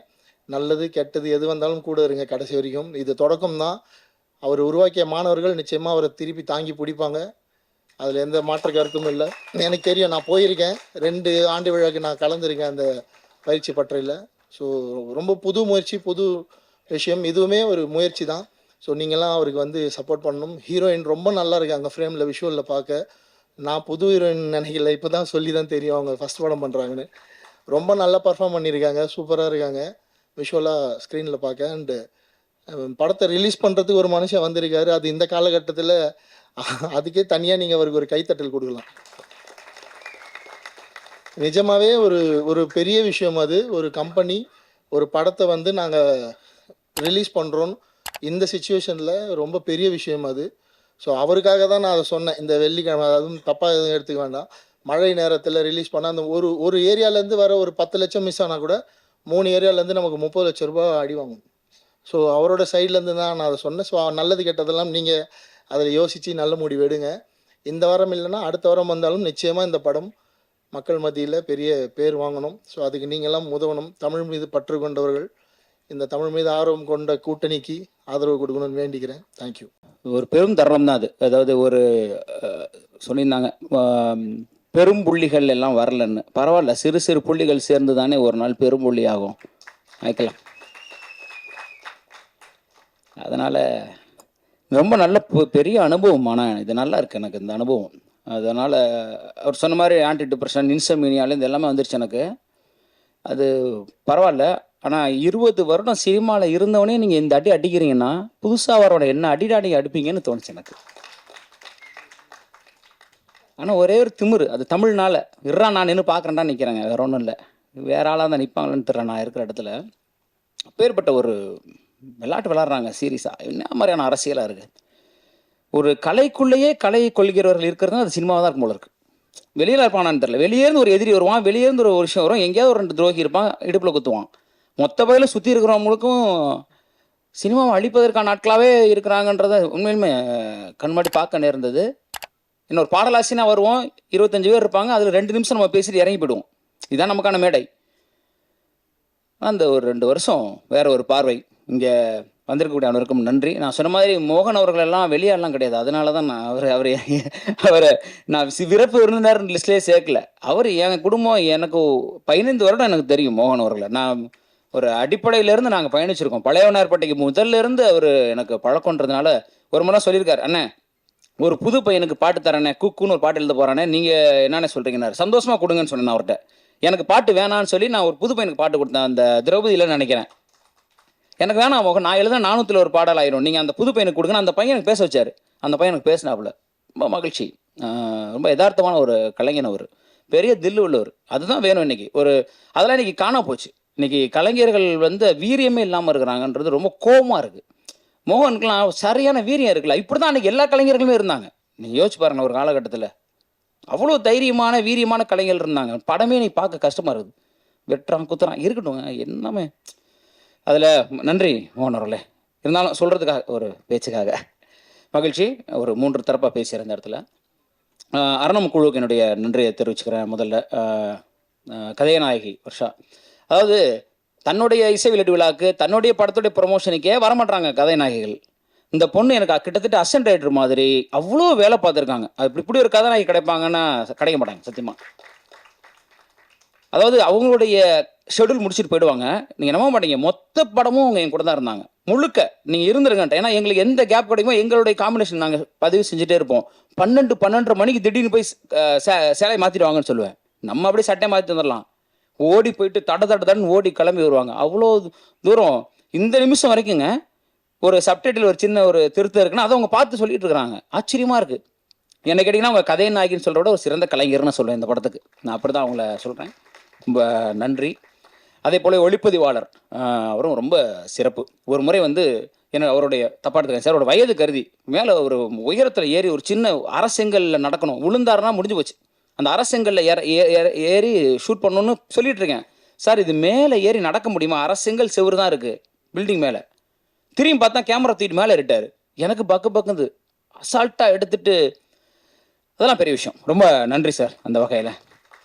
அதே மாதிரி இந்த படத்துக்கு ரொம்ப முக்கியம். ஏன்னா இந்த கதை எப்படிப்பட்ட கதை, அதை கொடுத்து நான் அடுத்து பதிவு செய்கிறாங்க. ஒரு எழுத்தை நம்பியே வந்த ஒரு படம் இது. அந்த வகையில் பிகே அவர்கள் அலுவலகத்தில் கூப்பிட்டு முதல்ல கதை சொன்னேன். அவர் வார்த்தை சொன்னார், சார் எனக்கு சம்பளமே நீங்கள் என்ன வேணால் கொடுங்க, நான் படம் பண்ணுறேன்னு சொன்னாப்புல. இன்றைக்கி எந்த டெக்னீஷியன் அப்படி சொல்லுவாங்க? சம்பளத்தை விடுங்க சார், இந்த கதை ரொம்ப வித்தியாசமாக ஒரு படத்தொகுப்பாளராக இது எனக்கு பேரை தரும், ஏன்னா அது விட்டுருங்க, இந்த படம் எனக்கு நான் செய்கிறேன் அப்படின்னு சொல்லி ஒரு விஷயம் செஞ்சாப்புல. ரொம்ப மகிழ்ச்சி. நன்றி பிகே அவர்களே. அதே போல் என்னுடைய இசையமைப்பாளர் இன்னொரு கதைநாயகி, எல்லாருக்கும் ஒரு சிக்கல் இருக்குது. உங்கள்கிட்டையும் ஒரு வேண்டுகோள் வச்சுக்கிறேன், தயவு செஞ்சு பார்த்துக்குங்க. சுற்றி காய்ச்சலாக இருக்குது, எல்லாருமே உடலில் சரியில்லாமல் இருக்காங்க. அதனால் ஒரு அன்போடு நான் உங்களை கேட்டுக்கிறேன், நீங்கள் தண்ணி குடிக்கிறது எல்லேருந்து சாப்பிட்றது எல்லாமே பார்த்துக்குங்க. ஓமந்தூராரில் ஒருத்தர் அட்மிட் ஆகிருக்காப்புல, இசையமைப்பாளர் ஒரு இடத்துல அட்மிட் ஆகிருக்காப்புல, இந்த பொண்ணு மதுரையில் அட்மிட் ஆகிருக்கு. எல்லாருக்குமே உடல் சரியில்லாமல் போகுது, ஒரே மாதிரியான பிரச்சனை வருதுங்க. அது இந்த மழைக்கு பிறகான சிக்கலான்னு எனக்கு தெரியல. நீங்கள் எல்லாருமே வெளியே போயிட்டு இருக்கிறவங்க, வெளியே சாப்பிட்றவங்கன்றதுனால ஒரு அன்பு கோரிக்கையாக வைக்கிறேன், தயவு செய்து உங்களோட உடல்நிலையை பார்த்துக்கோங்க. தண்ணி உணவில் மட்டும் கொஞ்சம் கவனமாக இருங்கன்னு நான் கேட்டுக்கிறேன். இல்லைனா இன்றைக்கி அவங்களாம் வந்திருப்பாங்க, அவங்க வர முடியாது. இசையமைப்பாளரே இல்லை பாருங்கள், அவர் வர முடியாத ஒரு சூழலில் ஒரு சிக்கல் வந்து நேர்ந்தது. அந்த ஒரு சமூக அக்கறையோட உங்களையும் கேட்டுக்கிறேன். நீங்கள் முழுக்க நீங்கள் வெளியே பயணிக்கிற ஆட்கள்ன்றதுனால தயவு செஞ்சு கொஞ்சம் பார்த்துக்கோங்க. அது தெரிஞ்சு திரு அன்புமணி அவர்கள் பதிவு செஞ்சார், இந்த மழை வந்து ஒரு டிசாஸ்டர், இதுக்கப்புறம் ஒரு 10 நாள் கழிச்சு ஒரு டிசாஸ்டர் வரும்னு சொல்லி ஒரு முறை சொன்னார். அப்படி தான் நடந்துட்டு இருக்கு. அவர் சொன்ன மாதிரி ஒரு மருத்துவன்ற முறையில் அவர் சொன்னது சரியாக தான் இருக்குது. அதனால் கொஞ்சம் நீங்கள் கவனமாக இருக்கணும்னு கேட்டுக்கிறேன். அடுத்ததாக என்னுடைய அன்பு பாடலாசிரியர்கள் பாலா அவர்கள், சகனா அவர்கள் வந்திருக்காங்க. ஒரு சிறந்த பாடல் உணர் பாடலை முருகானந்தம் அப்படின்னு ஒருத்தர் எழுதியிருக்காரு. அந்த உணர் பாடல் இருக்குது. சகனுடைய பாடல் வந்து கதை சூழல் கருதி வெளியிட முடியல. எனக்கெல்லாம் அந்த வழி இருந்திருக்கு. கழகத்திலாம் வெளியீட்டுக்கு போய் உட்காந்துருக்கிற என் பாட்டே வரல. என்னது உதயநிதி ஸ்டாலின் படம் கழகத்தலைவன்றாங்க, பாட்டே வரலையே. ஒரு பாடலாசிரியருக்கும் தன் பாடல் வரணும்னு இருக்கும். எனக்கு இந்த பாடலை போட்டால் கதை தெரிஞ்சிடனால போடலாமா, தவறாக எடுத்துக்காதீங்க நீங்கள். அது ஒரு சூழலாகி போச்சு. சினமும் அப்படி தான் ஆச்சு. சினம் படத்துக்கு போனால் நம்ம பாடல் வரல. ஸோ மகிழ்ச்சி, வாழ்த்துக்கள் அவங்க 2 பேருக்கும். ஒரு மேடையில் அவங்களை அமர்த்தி என் கூட உட்காந்து வகுப்பில் படித்தவங்களே இன்றைக்கி மேடையில் ஏற்றி பாடலாசிரியராக பக்கத்தில் உட்கார வச்சதை பார்க்கும்போது ரொம்ப மகிழ்ச்சியாக இருக்குது எனக்கு இந்த தருணத்தில். இதுவரை எல்லாரும் வரணும்னு ஒரு ஆசை எனக்கு. வாழ்த்துக்கள் உங்கள் 2 பேருக்கும். வேறு அரணம் குழுவில் எல்லாரையும் பொதுவாக நான் கேட்டுக்கிறேன். நன்றி. அடுத்ததாக என்னோடய தயாரிப்பாளர்கள், ஒரு கதை, அந்த கதையை சொல்கிறோம். இப்படி ஒரு வித்தியாசமான கதை இருக்குது, பண்ணுவோங்க. யார் சார் பண்ணுவா? நீங்களாம் நினச்சா நம்மளாம் சேர்ந்து பண்ணலாம், என்ன சொல்கிறீங்க? அப்படிங்கும்போது ஒரே ஒரு ஒத்த மனுஷன், ஒரு பேப்பர் இருக்குது, ஒரு பேனா இருக்குது, இதை வச்சுட்டு ஒரு மனுஷன் அவர் சொல்கிறதுக்கு ஒரு 1.5 கோடி ரூபா ரெடி பண்ணி படம் பண்ணுறதுக்கு வரணுன்றது எவ்வளோ பெரிய விஷயங்க. அதை என்னை நம்பி வந்த என்னுடைய தயாரிப்பாளர்களுக்கு என்னுடைய நன்றியை நான் இந்த இடத்துல தெரிவிச்சுக்கிறேன். ஏன்னா அவங்களுக்கு சினிமாவே தெரியாது, என்ன தெரியும், தமிழில் தெரியும், அவ்வளோதான். அந்த கதையை நம்பி வந்தாங்க. அந்த வகையில் ரொம்ப மகிழ்ச்சி. அதில் நான் ஒரு விஷயம் ரொம்ப உறுதியாக இருந்தேன். அதாவது பாடலாசிரியர் பிரியன்ற ஒருத்தன் திருச்சிராப்பள்ளியிலேருந்து 2003 சென்னைக்கு வர்றான். அவன் பயணிக்கிறான், போராடுறான், 10 வருஷம் படாத பாடுபடுறான், சாப்பாட்டுக்குள்ள இல்லை, வண்டியை பெட்ரோல் இல்லாமல் தள்ளுறான், எல்லாம் பண்ணிட்டு தனக்கான வீடு வாங்கியாச்சு, கார் வாங்கி இடம் வாங்கியாச்சு. தமிழ் இந்த திரைப்பாடல் அவனுக்கான இடத்த கொடுத்துச்சு. அப்புறம் என்ன பண்ணுறது? 10 வருஷத்துலேயே ஒரு இடத்த கொடுத்துருச்சு. வெற்றி பாடல்களோடு நெறிஞ்சு நிற்கிறோம். நிச்சயமாக தோணுச்சு, ஒரு பாடலாசிரியர் நம்ம சொல்லிக் கொடுக்கல, ஒரு பாடலாசிரியர் வழிகாட்டலை, ஏன் நம்மளும் இப்படி இருக்கணுன்றதுனால தான் 2013 தமிழ் திரைப்பாக்கூடம் அப்படின்ற ஒரு விஷயத்தை நான் கொண்டு வந்தேன். ஏன்னா நான் கேட்டிருக்கேன் மூத்த பாடலாசிரியர்கள்ட்ட, ஏன் அங்கே பண்ணுறீங்கன்னு மூஞ்சி நேரம் சொன்னாங்க. நீங்கள் பாட்டு எழுதுங்க, நான் எழுதுறேன், நீங்கள் எதுக்கு முன்னால கொண்டு வரீங்க, நீங்கள் எப்படி இருக்கீங்க, நீங்கள் சும்மா இருங்க, பண்ணாதீங்கன்னு அதை தவிர்த்துட்டு தான் இருந்தாங்க. பெரிய பாடலாசிரியர் நம்ம தலைமுறை கடந்த மூத்த கவிஞர் வாலியவர்கள் மட்டும்தான், யாருமே செய்யாத விஷயம் நீ செய்ய அப்படின்னாரு. எனக்கு கண்ணதாசருக்கெல்லாம் பாடலாசிரியர் தான் பேர் வரும், ஆனால் உனக்கு தான் பாடலாசிரியர் உருவாக்கிய பாடலாசிரியர் பேர் வரையா அப்படின்னு அர்த்தம் சொன்னார். அந்த ஒரு மகிழ்ச்சி. அப்போ 13லேருந்து 23 வரைக்கும் என் 10 வருஷம் நான் அப்படி தான் வாழ்கிறேங்க. என்னுடைய பாடல்கள் குறைஞ்சி போச்சு. நீங்கள் பார்த்தீங்கன்னா தெரியும், 2003 to 2013 வரைக்கும் தட்டி தூக்கியிருப்பேன், அவ்வளோ பாடல்கள்.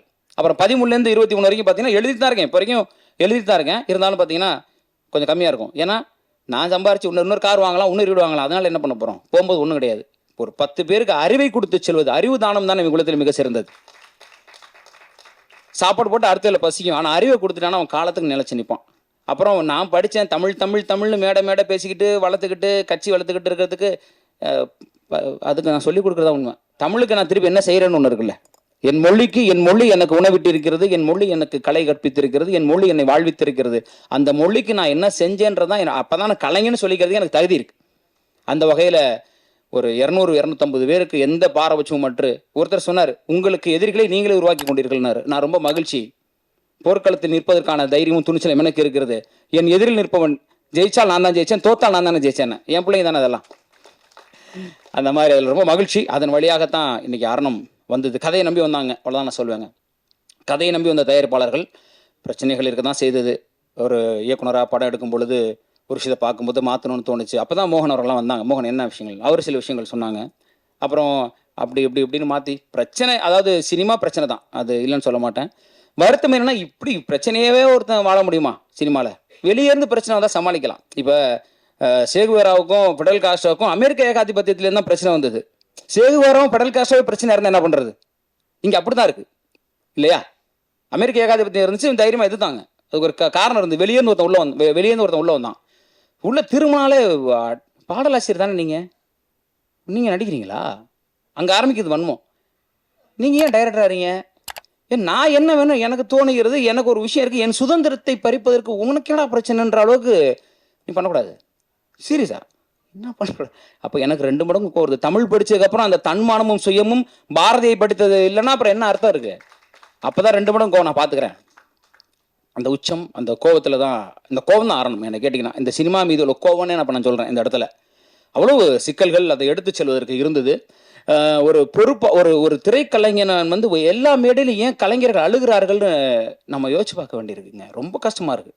எல்லா மேடையிலும் யார் வந்தாலும் முதல்ல யார் அழுறா பாருங்களேன். நடிகர்கள் அழுறதில்லை. எல்லா இயக்குனரும் இங்கே மைக்கை பிடிச்ச உடனே அழுறான். அது விஜயகுமார் ஆகட்டும், இப்போ ஃபைட் கிளப் விஜயகுமார் நீங்கள் எடுத்து பாருங்க, முதல்ல மைக்கை பிடிச்ச மனோஜ்குமார், யாராக இருந்தாலும் மைக்கை பிடிச்சோன்னு அழுறாங்கன்னா ஒரு கலைஞனை அலை வைக்கக்கூடிய இடம் எப்படிங்க நல்லாயிருக்கும்? ஒரு கலைஞனுக்கான வாய்ப்பை நம்ம தர வேணுமா? சினிமாவில் ஒரு கலைஞனை காயப்படுத்தலாமா? சினிமா கார்பரேட்காரர்கள் கையில் போயிடுச்சு. ஒரு காலத்தில் படைப்பாளிகள் கையில் சினிமா இருந்தது. எனக்கு கேட்டு திரும்ப சினிமா பணக்காரர்கள் கையிலிருந்து மீண்டும் படைப்பாளிகள் கரங்கள் எனக்கு சினிமா வரணும் திருப்பி. ஒரு பாலுமேந்திரா ஊட்டியில் போயிட்டு அசால்ட்டாக படம் எடுத்து வந்துட்டார். ஏவிஎம்லாம் கையை கட்டி நான் படம் பண்ணலன்றார். இப்போ படம் வேற மாதிரி இருக்குங்க, நான் பண்ணல. 300 கோடி 400 கோடிக்கு குப்பையாக இருக்குது. சித்தா மாதிரி, அயோத்தி மாதிரி, அற்புத கிடா புலம்புறாரு. எறும்புன்னு ஒரு படம் வந்தது, யாருக்கும் தெரியாது. ஒரு ஆகச்சிறந்த கலையை மக்கள் ரசிக்க தயாராக இருக்காங்க, சத்தியமாக ரசிக்க தயாராக இருக்காங்க. சில படங்கள் திரையரங்குகளை தோற்ற படங்கள் ஓடிடியில் ஓடிட்டு இருக்கு. நீங்கள் பார்த்தீங்கன்னா தெரியும், இந்த படம் வந்திருக்கா, நல்லா இருக்கு. அப்போ மக்கள்கிட்ட கொண்டு போய் சேர்க்கவே முடியல இந்த படத்தை. ஒரு படம் 1500 தியேட்டர்ல அவங்க தான் வருவாங்க. அத்தனை ஷோவும் நீங்கள் தான் வருவீங்க. ஓடிட்டு இருக்க படத்தை தூக்கிடுவீங்க. புது படம் வர முடியாது. அரணம் தோற்றாலும் அதை எதிர்கொள்ள தயாராக நான் நினைக்கிறேங்க. அந்த ஒன்றில் தான் நான் நின்றுருக்கேங்க.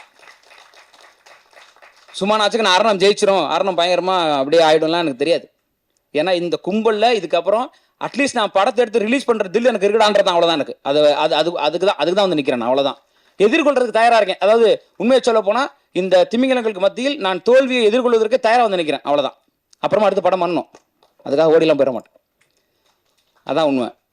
ஸோ படைப்பாளிகள் கரங்களில் திருப்பி சினிமா வரணும். எங்களுடைய தனித்தனி படைப்பாளிகள் எடுத்த சினிமா எங்களுக்கு மீண்டும் வேணும். உங்கள் 200 கோடி 300 கோடி குப்பைகளை தயவு செஞ்சு எங்கேயாவது எடுத்துப்படுங்க. நல்ல நல்ல கலைஞர்களை, நல்ல நல்ல கலைஞர்களை, கலைகளை கொண்டாடுவதற்கு எங்கள் பத்திரிகையாளர்கள் இருக்கிறார்கள், மக்கள் இருக்கிறார்கள். இடையில பூந்துட்டு நீங்கள் பண்ணுற அட்டகாசம் தாங்க முடியல. ஒரு இடத்துலையும் நீங்கள் கொடுக்கக்கூடிய சிக்கல்கள் வந்து சினிமாவை சீரழித்து கொண்டிருக்கிறது. ஒரு படம் எடுத்தா ட்ரக்ஸு அட்டி தட்டி வெட்டி இதையே நீங்கள் படமாக காமிச்சிங்கன்னா மக்களுக்கு என்ன சொல்கிறீங்க? மக்களுக்கு என்ன கருத்தை நீங்கள் கொடுக்குறீங்க? என் படத்துல வெட்டு இருக்குங்க, எதுக்கு வெட்டுறான்? என் படத்துல பிரச்சனை இருக்குங்க, எதுக்கு பண்ணுறான்? சமூக அறம் வேணாமா ஒரு கலைஞனுக்கு? ஒரு கலைஞன் ஒரு கதையை பேசுகிற பொழுது, ஒரு கலையை மக்களிடம் கொண்டு செல்கிற பொழுது ஒரு அடிப்படை அறம் வேணாமா? ஏன் சித்தா கொண்டாடப்படுது? ஒரு பெண் குழந்தை மீதான பாலியல் வன்முறை பேசுகிற பொழுது எத்தனை குடும்பங்களுக்கு அது போய் சேருது? ஏன் அயோத்தி கொண்டாடப்பட்டுச்சு? எங்கிருந்தோ வந்த வடநாட்டு பெண்ணுக்கான ஒரு அன்பை எங்கிருந்தோ ஒருத்தன் செலுத்தினான்ற போது அந்த படம் எவ்வளோ பேருக்கு போய் சேருது? சினிமா சாதாரண கலை இல்லை, அது அற்புதமான ஒரு இடம். அதில் 1000 விஷயங்களை சொல்கிற இடத்துல வந்துட்டு அவ்வளோ ஒரு அட்டகாசமான ஒரு விஷயமா, காசு மட்டும் இருந்தால் போதும் என்ன வேணால் பண்ணிடலான்னு படம் பண்ணுறாங்க. அப்போ பண்ணிட்டு போங்க, ஏதோ ஒன்று பண்ணுங்க. ஆனால் உண்மையிலுமே சினிமா பண்ண விட சீரியஸாக கிடா இயக்குனரை நினச்சி பார்க்கும்போது வருத்தமா. 10 டிக்கெட்டுக்கு கிடையாது வெளியே போனான்னு சொல்கிறாங்கன்னா எப்படி ஒரு திருப்பி கிடா எடுப்பார்? அழகர் சாமியின் குதிரை எடுத்த சுசீந்திரன் என்ன பண்ணிருக்காரு? நான் மகானாரில் எடுத்து 100 நாள் வெற்றி பெற்ற அவர் எந்த தைரியத்தில் அழகர் சாமியின் குதிரை எடுத்து வந்து பண்ணார்? அவரை திருப்பி அடித்து விரட்டி அவர் திருப்பி கமர்ஷியல் சினிமாவுக்கு போயிட்டு இருக்காரு. இப்போ கலைஞர்களை ஊக்குவிக்க வேண்டுன்றது, ஏன்னா ஒரு கலைஞனா அந்த வேதனை எனக்கு இருக்குது. இப்போ இந்த இடமே எனக்கு அதுதான் நான் பதிவு செய்ய விரும்புகிறேன் நண்பர்களே. அதாவது என்ன செய்யும் சினிமா, என்ன ஒரு பொறுப்பாக என்ன அது ஆன்டி டிப்ரெஷன் இன்செமினி, அதாவது போயிடுச்சு, உச்சகட்டத்துக்கு போயிடுச்சு. ஒரு ஆரம்பத்தில் நிற்கும் போது ஒரு 100 பேர் நிற்கிறான், திரும்பி பார்க்கும்போது இந்த வடிவேல் காமெடியில் வர மாதிரி எங்கடா இங்கே இருந்த ஒருத்தரையும் காணான்ற மாதிரி ஓடி போகிறான். ஒருத்தருமே இல்லைங்க பின்னாடி. பாடலாசிரியர் பிரியன் மட்டும் நிற்கிறான், எங்கடா யாரையும் காணோம். இந்த படத்துக்கு வேறு பணம் வாங்கியிருக்கலாம் வெளியே, எனக்கு ஒரு சாதனை வேணும்னு ஆசை. எப்படி பாடலாசிரியர் உருவாக்கின பாடலாசிரியர் ஆகணும்? தமிழ் திரைப்பாக்கூட மாணவர்கள் மட்டுமே தயாரித்த சாதனை இப்போ மோகன் அவர்கள் இங்கே பதிவு செய்கிறாருன்னு அதை நான் செஞ்சதுனால தானாச்சு.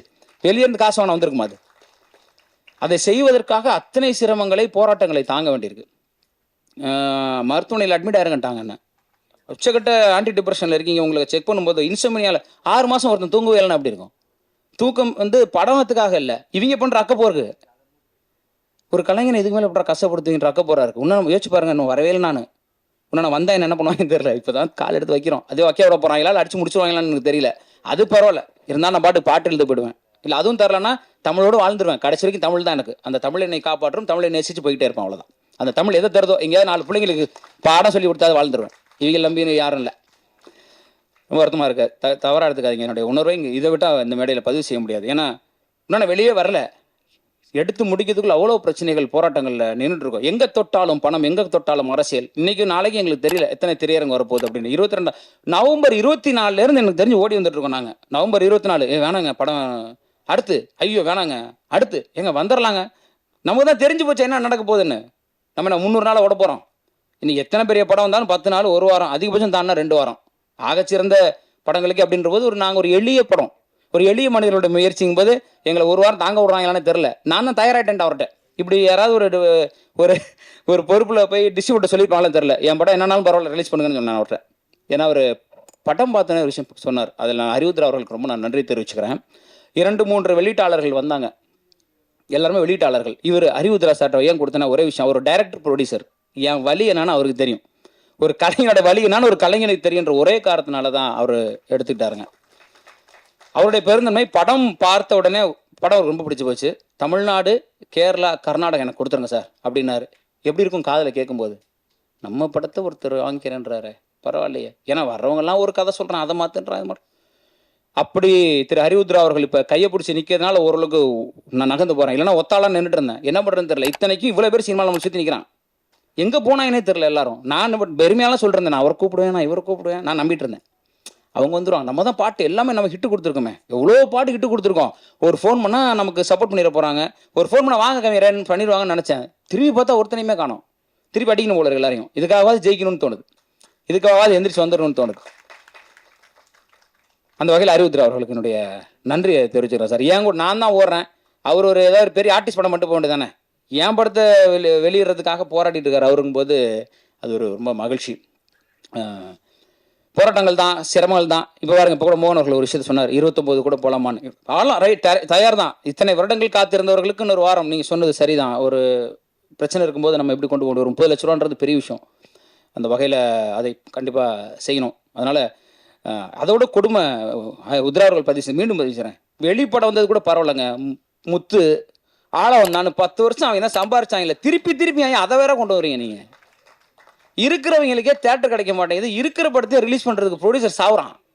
இவங்க உட்காந்துட்டு எங்கெங்கேயோ அவங்க 10 வருஷம் சம்பாரிச்சதெல்லாம் குப்பையை போட்டு நோண்டி திருப்பி எடுத்து திருப்பி நீங்கள் தான் சம்பாரிச்சிட்டீங்கல்ல. இன்றைக்கி மட்டும் 3 தேட்டர் ஓடுதுங்களாங்க. திருப்பி அந்த தேட்டரை நீங்கள் படத்தை போட்டால் யார் நீங்கள் தான் சினிமாவை கொள்றீங்க.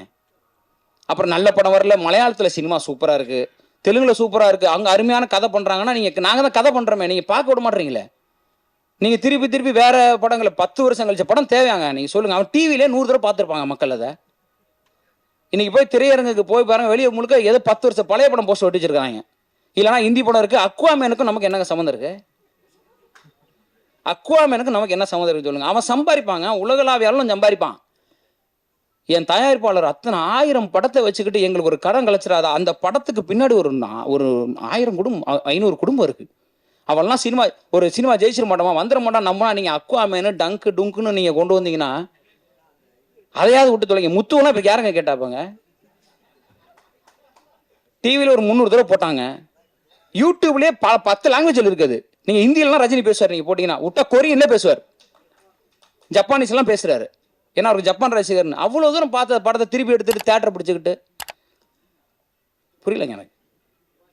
ஒரு சினிமா பண்ணுறோம், கொண்டு போகிறோம், எவ்வளோ ஒரு புதுசாக சொல்கிறேன். நீ நல்லா இல்லைன்னு நல்லா திட்டுங்க, சட்டை பிடிச்சி திட்டுங்க. பாக்கிலே பேசுறியா, உன் படம் நல்லா இல்லை, கருத்து என்ன சொல்கிறேன்னு திட்டுங்க. அப்போ நாங்கள் வாங்கிக்கிறோம். நாங்கள் திருப்பி ஒரு நல்ல படம் திருப்பி கொண்டு வந்து கொடுக்குறோம். அதுக்கு எங்களுக்கு இடத்த கொடுங்க, வாய்ப்பை கொடுங்க, எங்கள் படத்தை விற்கிறதுக்கான இடத்த கொடுங்க. சுற்றி நின்றுட்டு இன்னும் முத்து ஆளை வந்தான்னு டங்குன்னு காமெடி பண்ணிருக்காங்க. இதுக்கு பின்னாடி நாங்கள் 10 பேர் இங்கே போராடணும். ஐயா படம் கொடுங்க ஐயா. எந்த தொழிலுங்க முதலாளி கை கட்டுறான்? கார்பரேட்காரன் கையை வைக்கிறானே. எங்கே போனாலும் பணம் போட்ட ப்ரொடியூசர் தான் கை கட்டுறான். எந்த தொழிலே அது நடக்குமா? அது நமக்கு வரவும் மாட்டேங்குது. வேற நம்ம கட்டி பழக்கிறதா பரவாயில்ல. நம்ம இப்படி நிற்கிற ஆள் பழகிட்டோம் இப்படி என்னன்னு ஒன்றும் நடக்க மாட்டேங்குது. சரி, நடக்கட்டுங்க. ரொம்ப மகிழ்ச்சி ஐயா. என்னுடைய படத்துடைய முதல் பார்வையும் பத்திரிகையாளர்கள் தான் வெளியிட்டீங்க. நான் என்றைக்குமே உயிரா நேசிக்கிற பத்திரிகையாளர்கள், உங்களுக்கு தெரியும். மேடை ஏற்றி உங்கள் கரங்களால் தான் யாரும் வேணாங்கன்னு சொல்லி உங்களை வச்சு தான் அதை வெளியிட்டேன். அதே வார்த்தையை தான் நான் ஹரிசாட்டி சொன்னேன். சார் யாருமே வரலன்னா என்ன சார், எழுத்தே நம்பி இருக்கக்கூடிய நம்ம நேசிக்கக்கூடிய பத்திரிகையாளர்கள் இருக்காங்க, நான் அவங்களை எப்பவுமே மதிக்கிறேன், அவங்க போதும் எனக்கு அப்படின்னு தான் நான் சொன்னேன். நீங்கள் வேற வழி இல்லை. ஏன்னா எங்கே போனாலும் ரொம்ப காசு கேட்குறான், எதை தொட்டாலும் காசு கேட்குறான், பெருசா அந்த அளவுக்கு. திருமணாலும் காசு கேட்குறான், பயமாக இருக்குது. ஒரு இன்ஸ்டாவில் 2 நிமிஷம் ஆடுற பொண்ணு 50,000 கேட்குது. ஹீரோயினுக்கே சம்பளம் கொடுக்க மாட்டான். நீங்கள் என்ன 2 நிமிஷம் ஆடுறதுக்கு 50,000 கேட்குறீங்க? ஒரு பொண்ணு கேரளாவில் ஆடுது 2 lakhs சார் அப்படின்னுச்சு.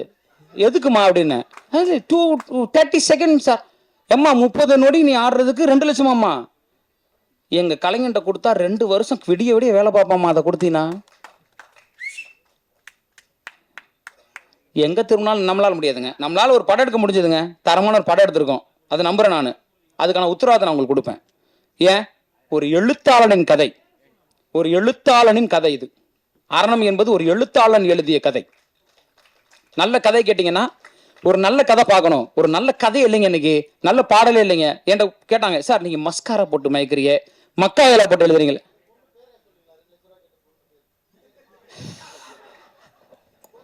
அது நம்ம அமலா சாஜி தான், வேற யாரு? ஃப்ளைட்லாம் போட்டு தெரியுங்களான்னு வேற கேட்டுச்சு. ஏமா நானே ஃப்ளைட்டில் போகலாமா, எங்கம்மா ஃப்ளைட்டில் போட்டு கூட்டு போனோன்னு தலை சுற்றிருச்சு எனக்கு. இல்லை ஃபஸ்ட்டு காதில் உள்ள சரியா எங்கள் மேனேஜர்கிட்ட பேசுன்றாங்க, பிஆர்ஆர்ட்ட பேசுன்றாங்க. என்னையா நினச்சிட்டு இருக்கீங்க, என்னையா நடக்குதுங்க? இன்ஸ்டா மட்டும் ஒரு திறந்து வச்சுட்டு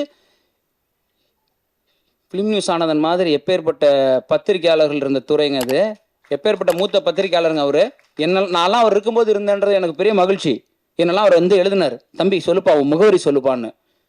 அப்பேற்பட்ட எழுத்தாளர்கள் இன்னுமே சாலைகளில் பயணிச்சுட்டு இருக்கிறாங்க. நீங்கள் எங்கேயாவது இருந்துக்கிட்டு 10 லட்சம் கூட 20 லட்சம் கூட எங்கே திரும்பினாலும் எதை தொட்டாலும் காசு.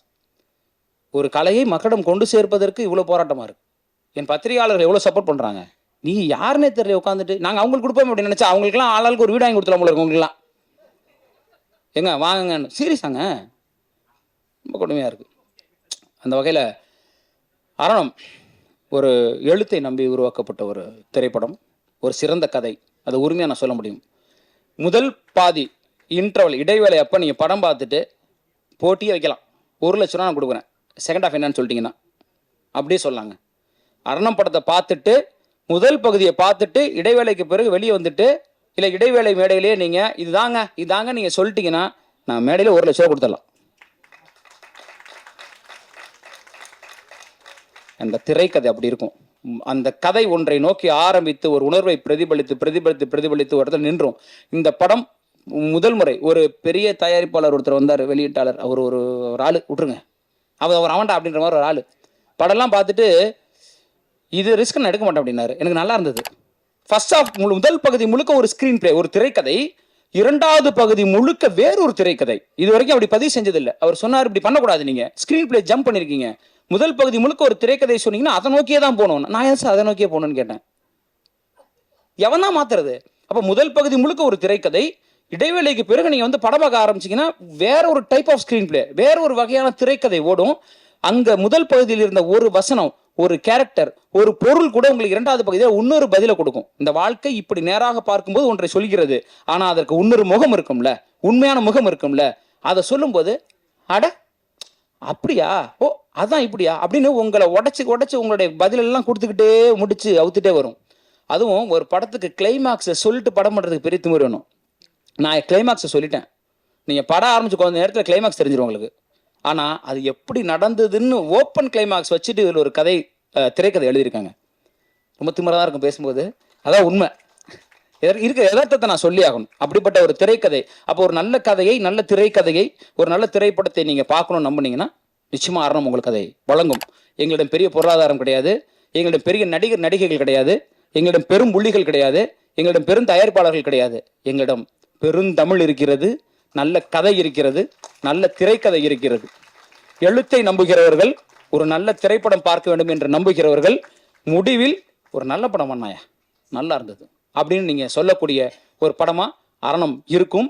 இந்த வாழ்வின் எங்கெல்லாம், அதாவது தூர வானில் பறந்தாலும் பறவை மேகம் ஆகாது, மரக்கிளைதான் அதன் கூடு இறங்காமல் போகாதுன்னு ஒரு கவிதை எழுதினேன். அந்த மாதிரி இந்த வாழ்வு எதை நோக்கி நீங்கள் எத்தனை கோடி பேரை சுற்றி வந்தாலும் இறுதியில் நீங்கள் அடைவது உங்கள் வீடு என்கிற கூடு. அந்த வீடும் அந்த வீட்டுக்குள்ள இருக்கிற அந்த 4 பேரும் 3 பேரும் எவ்வளோ முக்கியன்றதான் இந்த அரணம் பேசுது. இந்த சமூகம் எவ்வளோ முக்கியன்றதை சாதாரண, அதுக்காக உடனே மெசேஜ்லாம் சொல்கிறேன்னு சொல்லி நினச்சிடாதீங்க. கதையோட்டத்தோடு போகும். மகிழ்ச்சி, நிறைய பேசிட்டேன்னு நினைக்கிறேன். நல்லபடியாக உங்களுடைய அன்பை கொடுங்கள். இந்த இந்த இந்த இதெல்லாம் போனதுக்கப்புறம் என்ன படம் பண்ண விட்டானுங்கன்னா அடுத்த படத்தில் சந்திப்போம். இந்த படத்தை வெளியிட விட்டாங்கன்னா வெளியீட்டில் சந்திப்போம். படம் கொஞ்சமாவது ஓடிடுச்சுன்னா சந்தோஷம். என் தயாரிப்பாளர்கள் ஒரு வார்த்தை சொன்னார், அதுதான் எனக்கு தைரியமே. இவ்வளோ தைரியத்தை நான் தனியாக அப்படி எடுக்க முடியும். என் தயாரிப்பாளர்கள் தோற்றாலும் என்னோடு நிற்பார்கள்ன்ற நம்பிக்கை எனக்கு இருக்கு. அந்த நம்பிக்கை தான் படம் பண்ணியிருக்கேன். வெற்றியோ தோல்வியோ எதிர்கொள்ள தயாராக இருக்கிறேன். எது வந்தாலும் ஏற்றுக்கொள்கிறேன். என் படம் நல்ல படம் எனக்கு தெரியும்.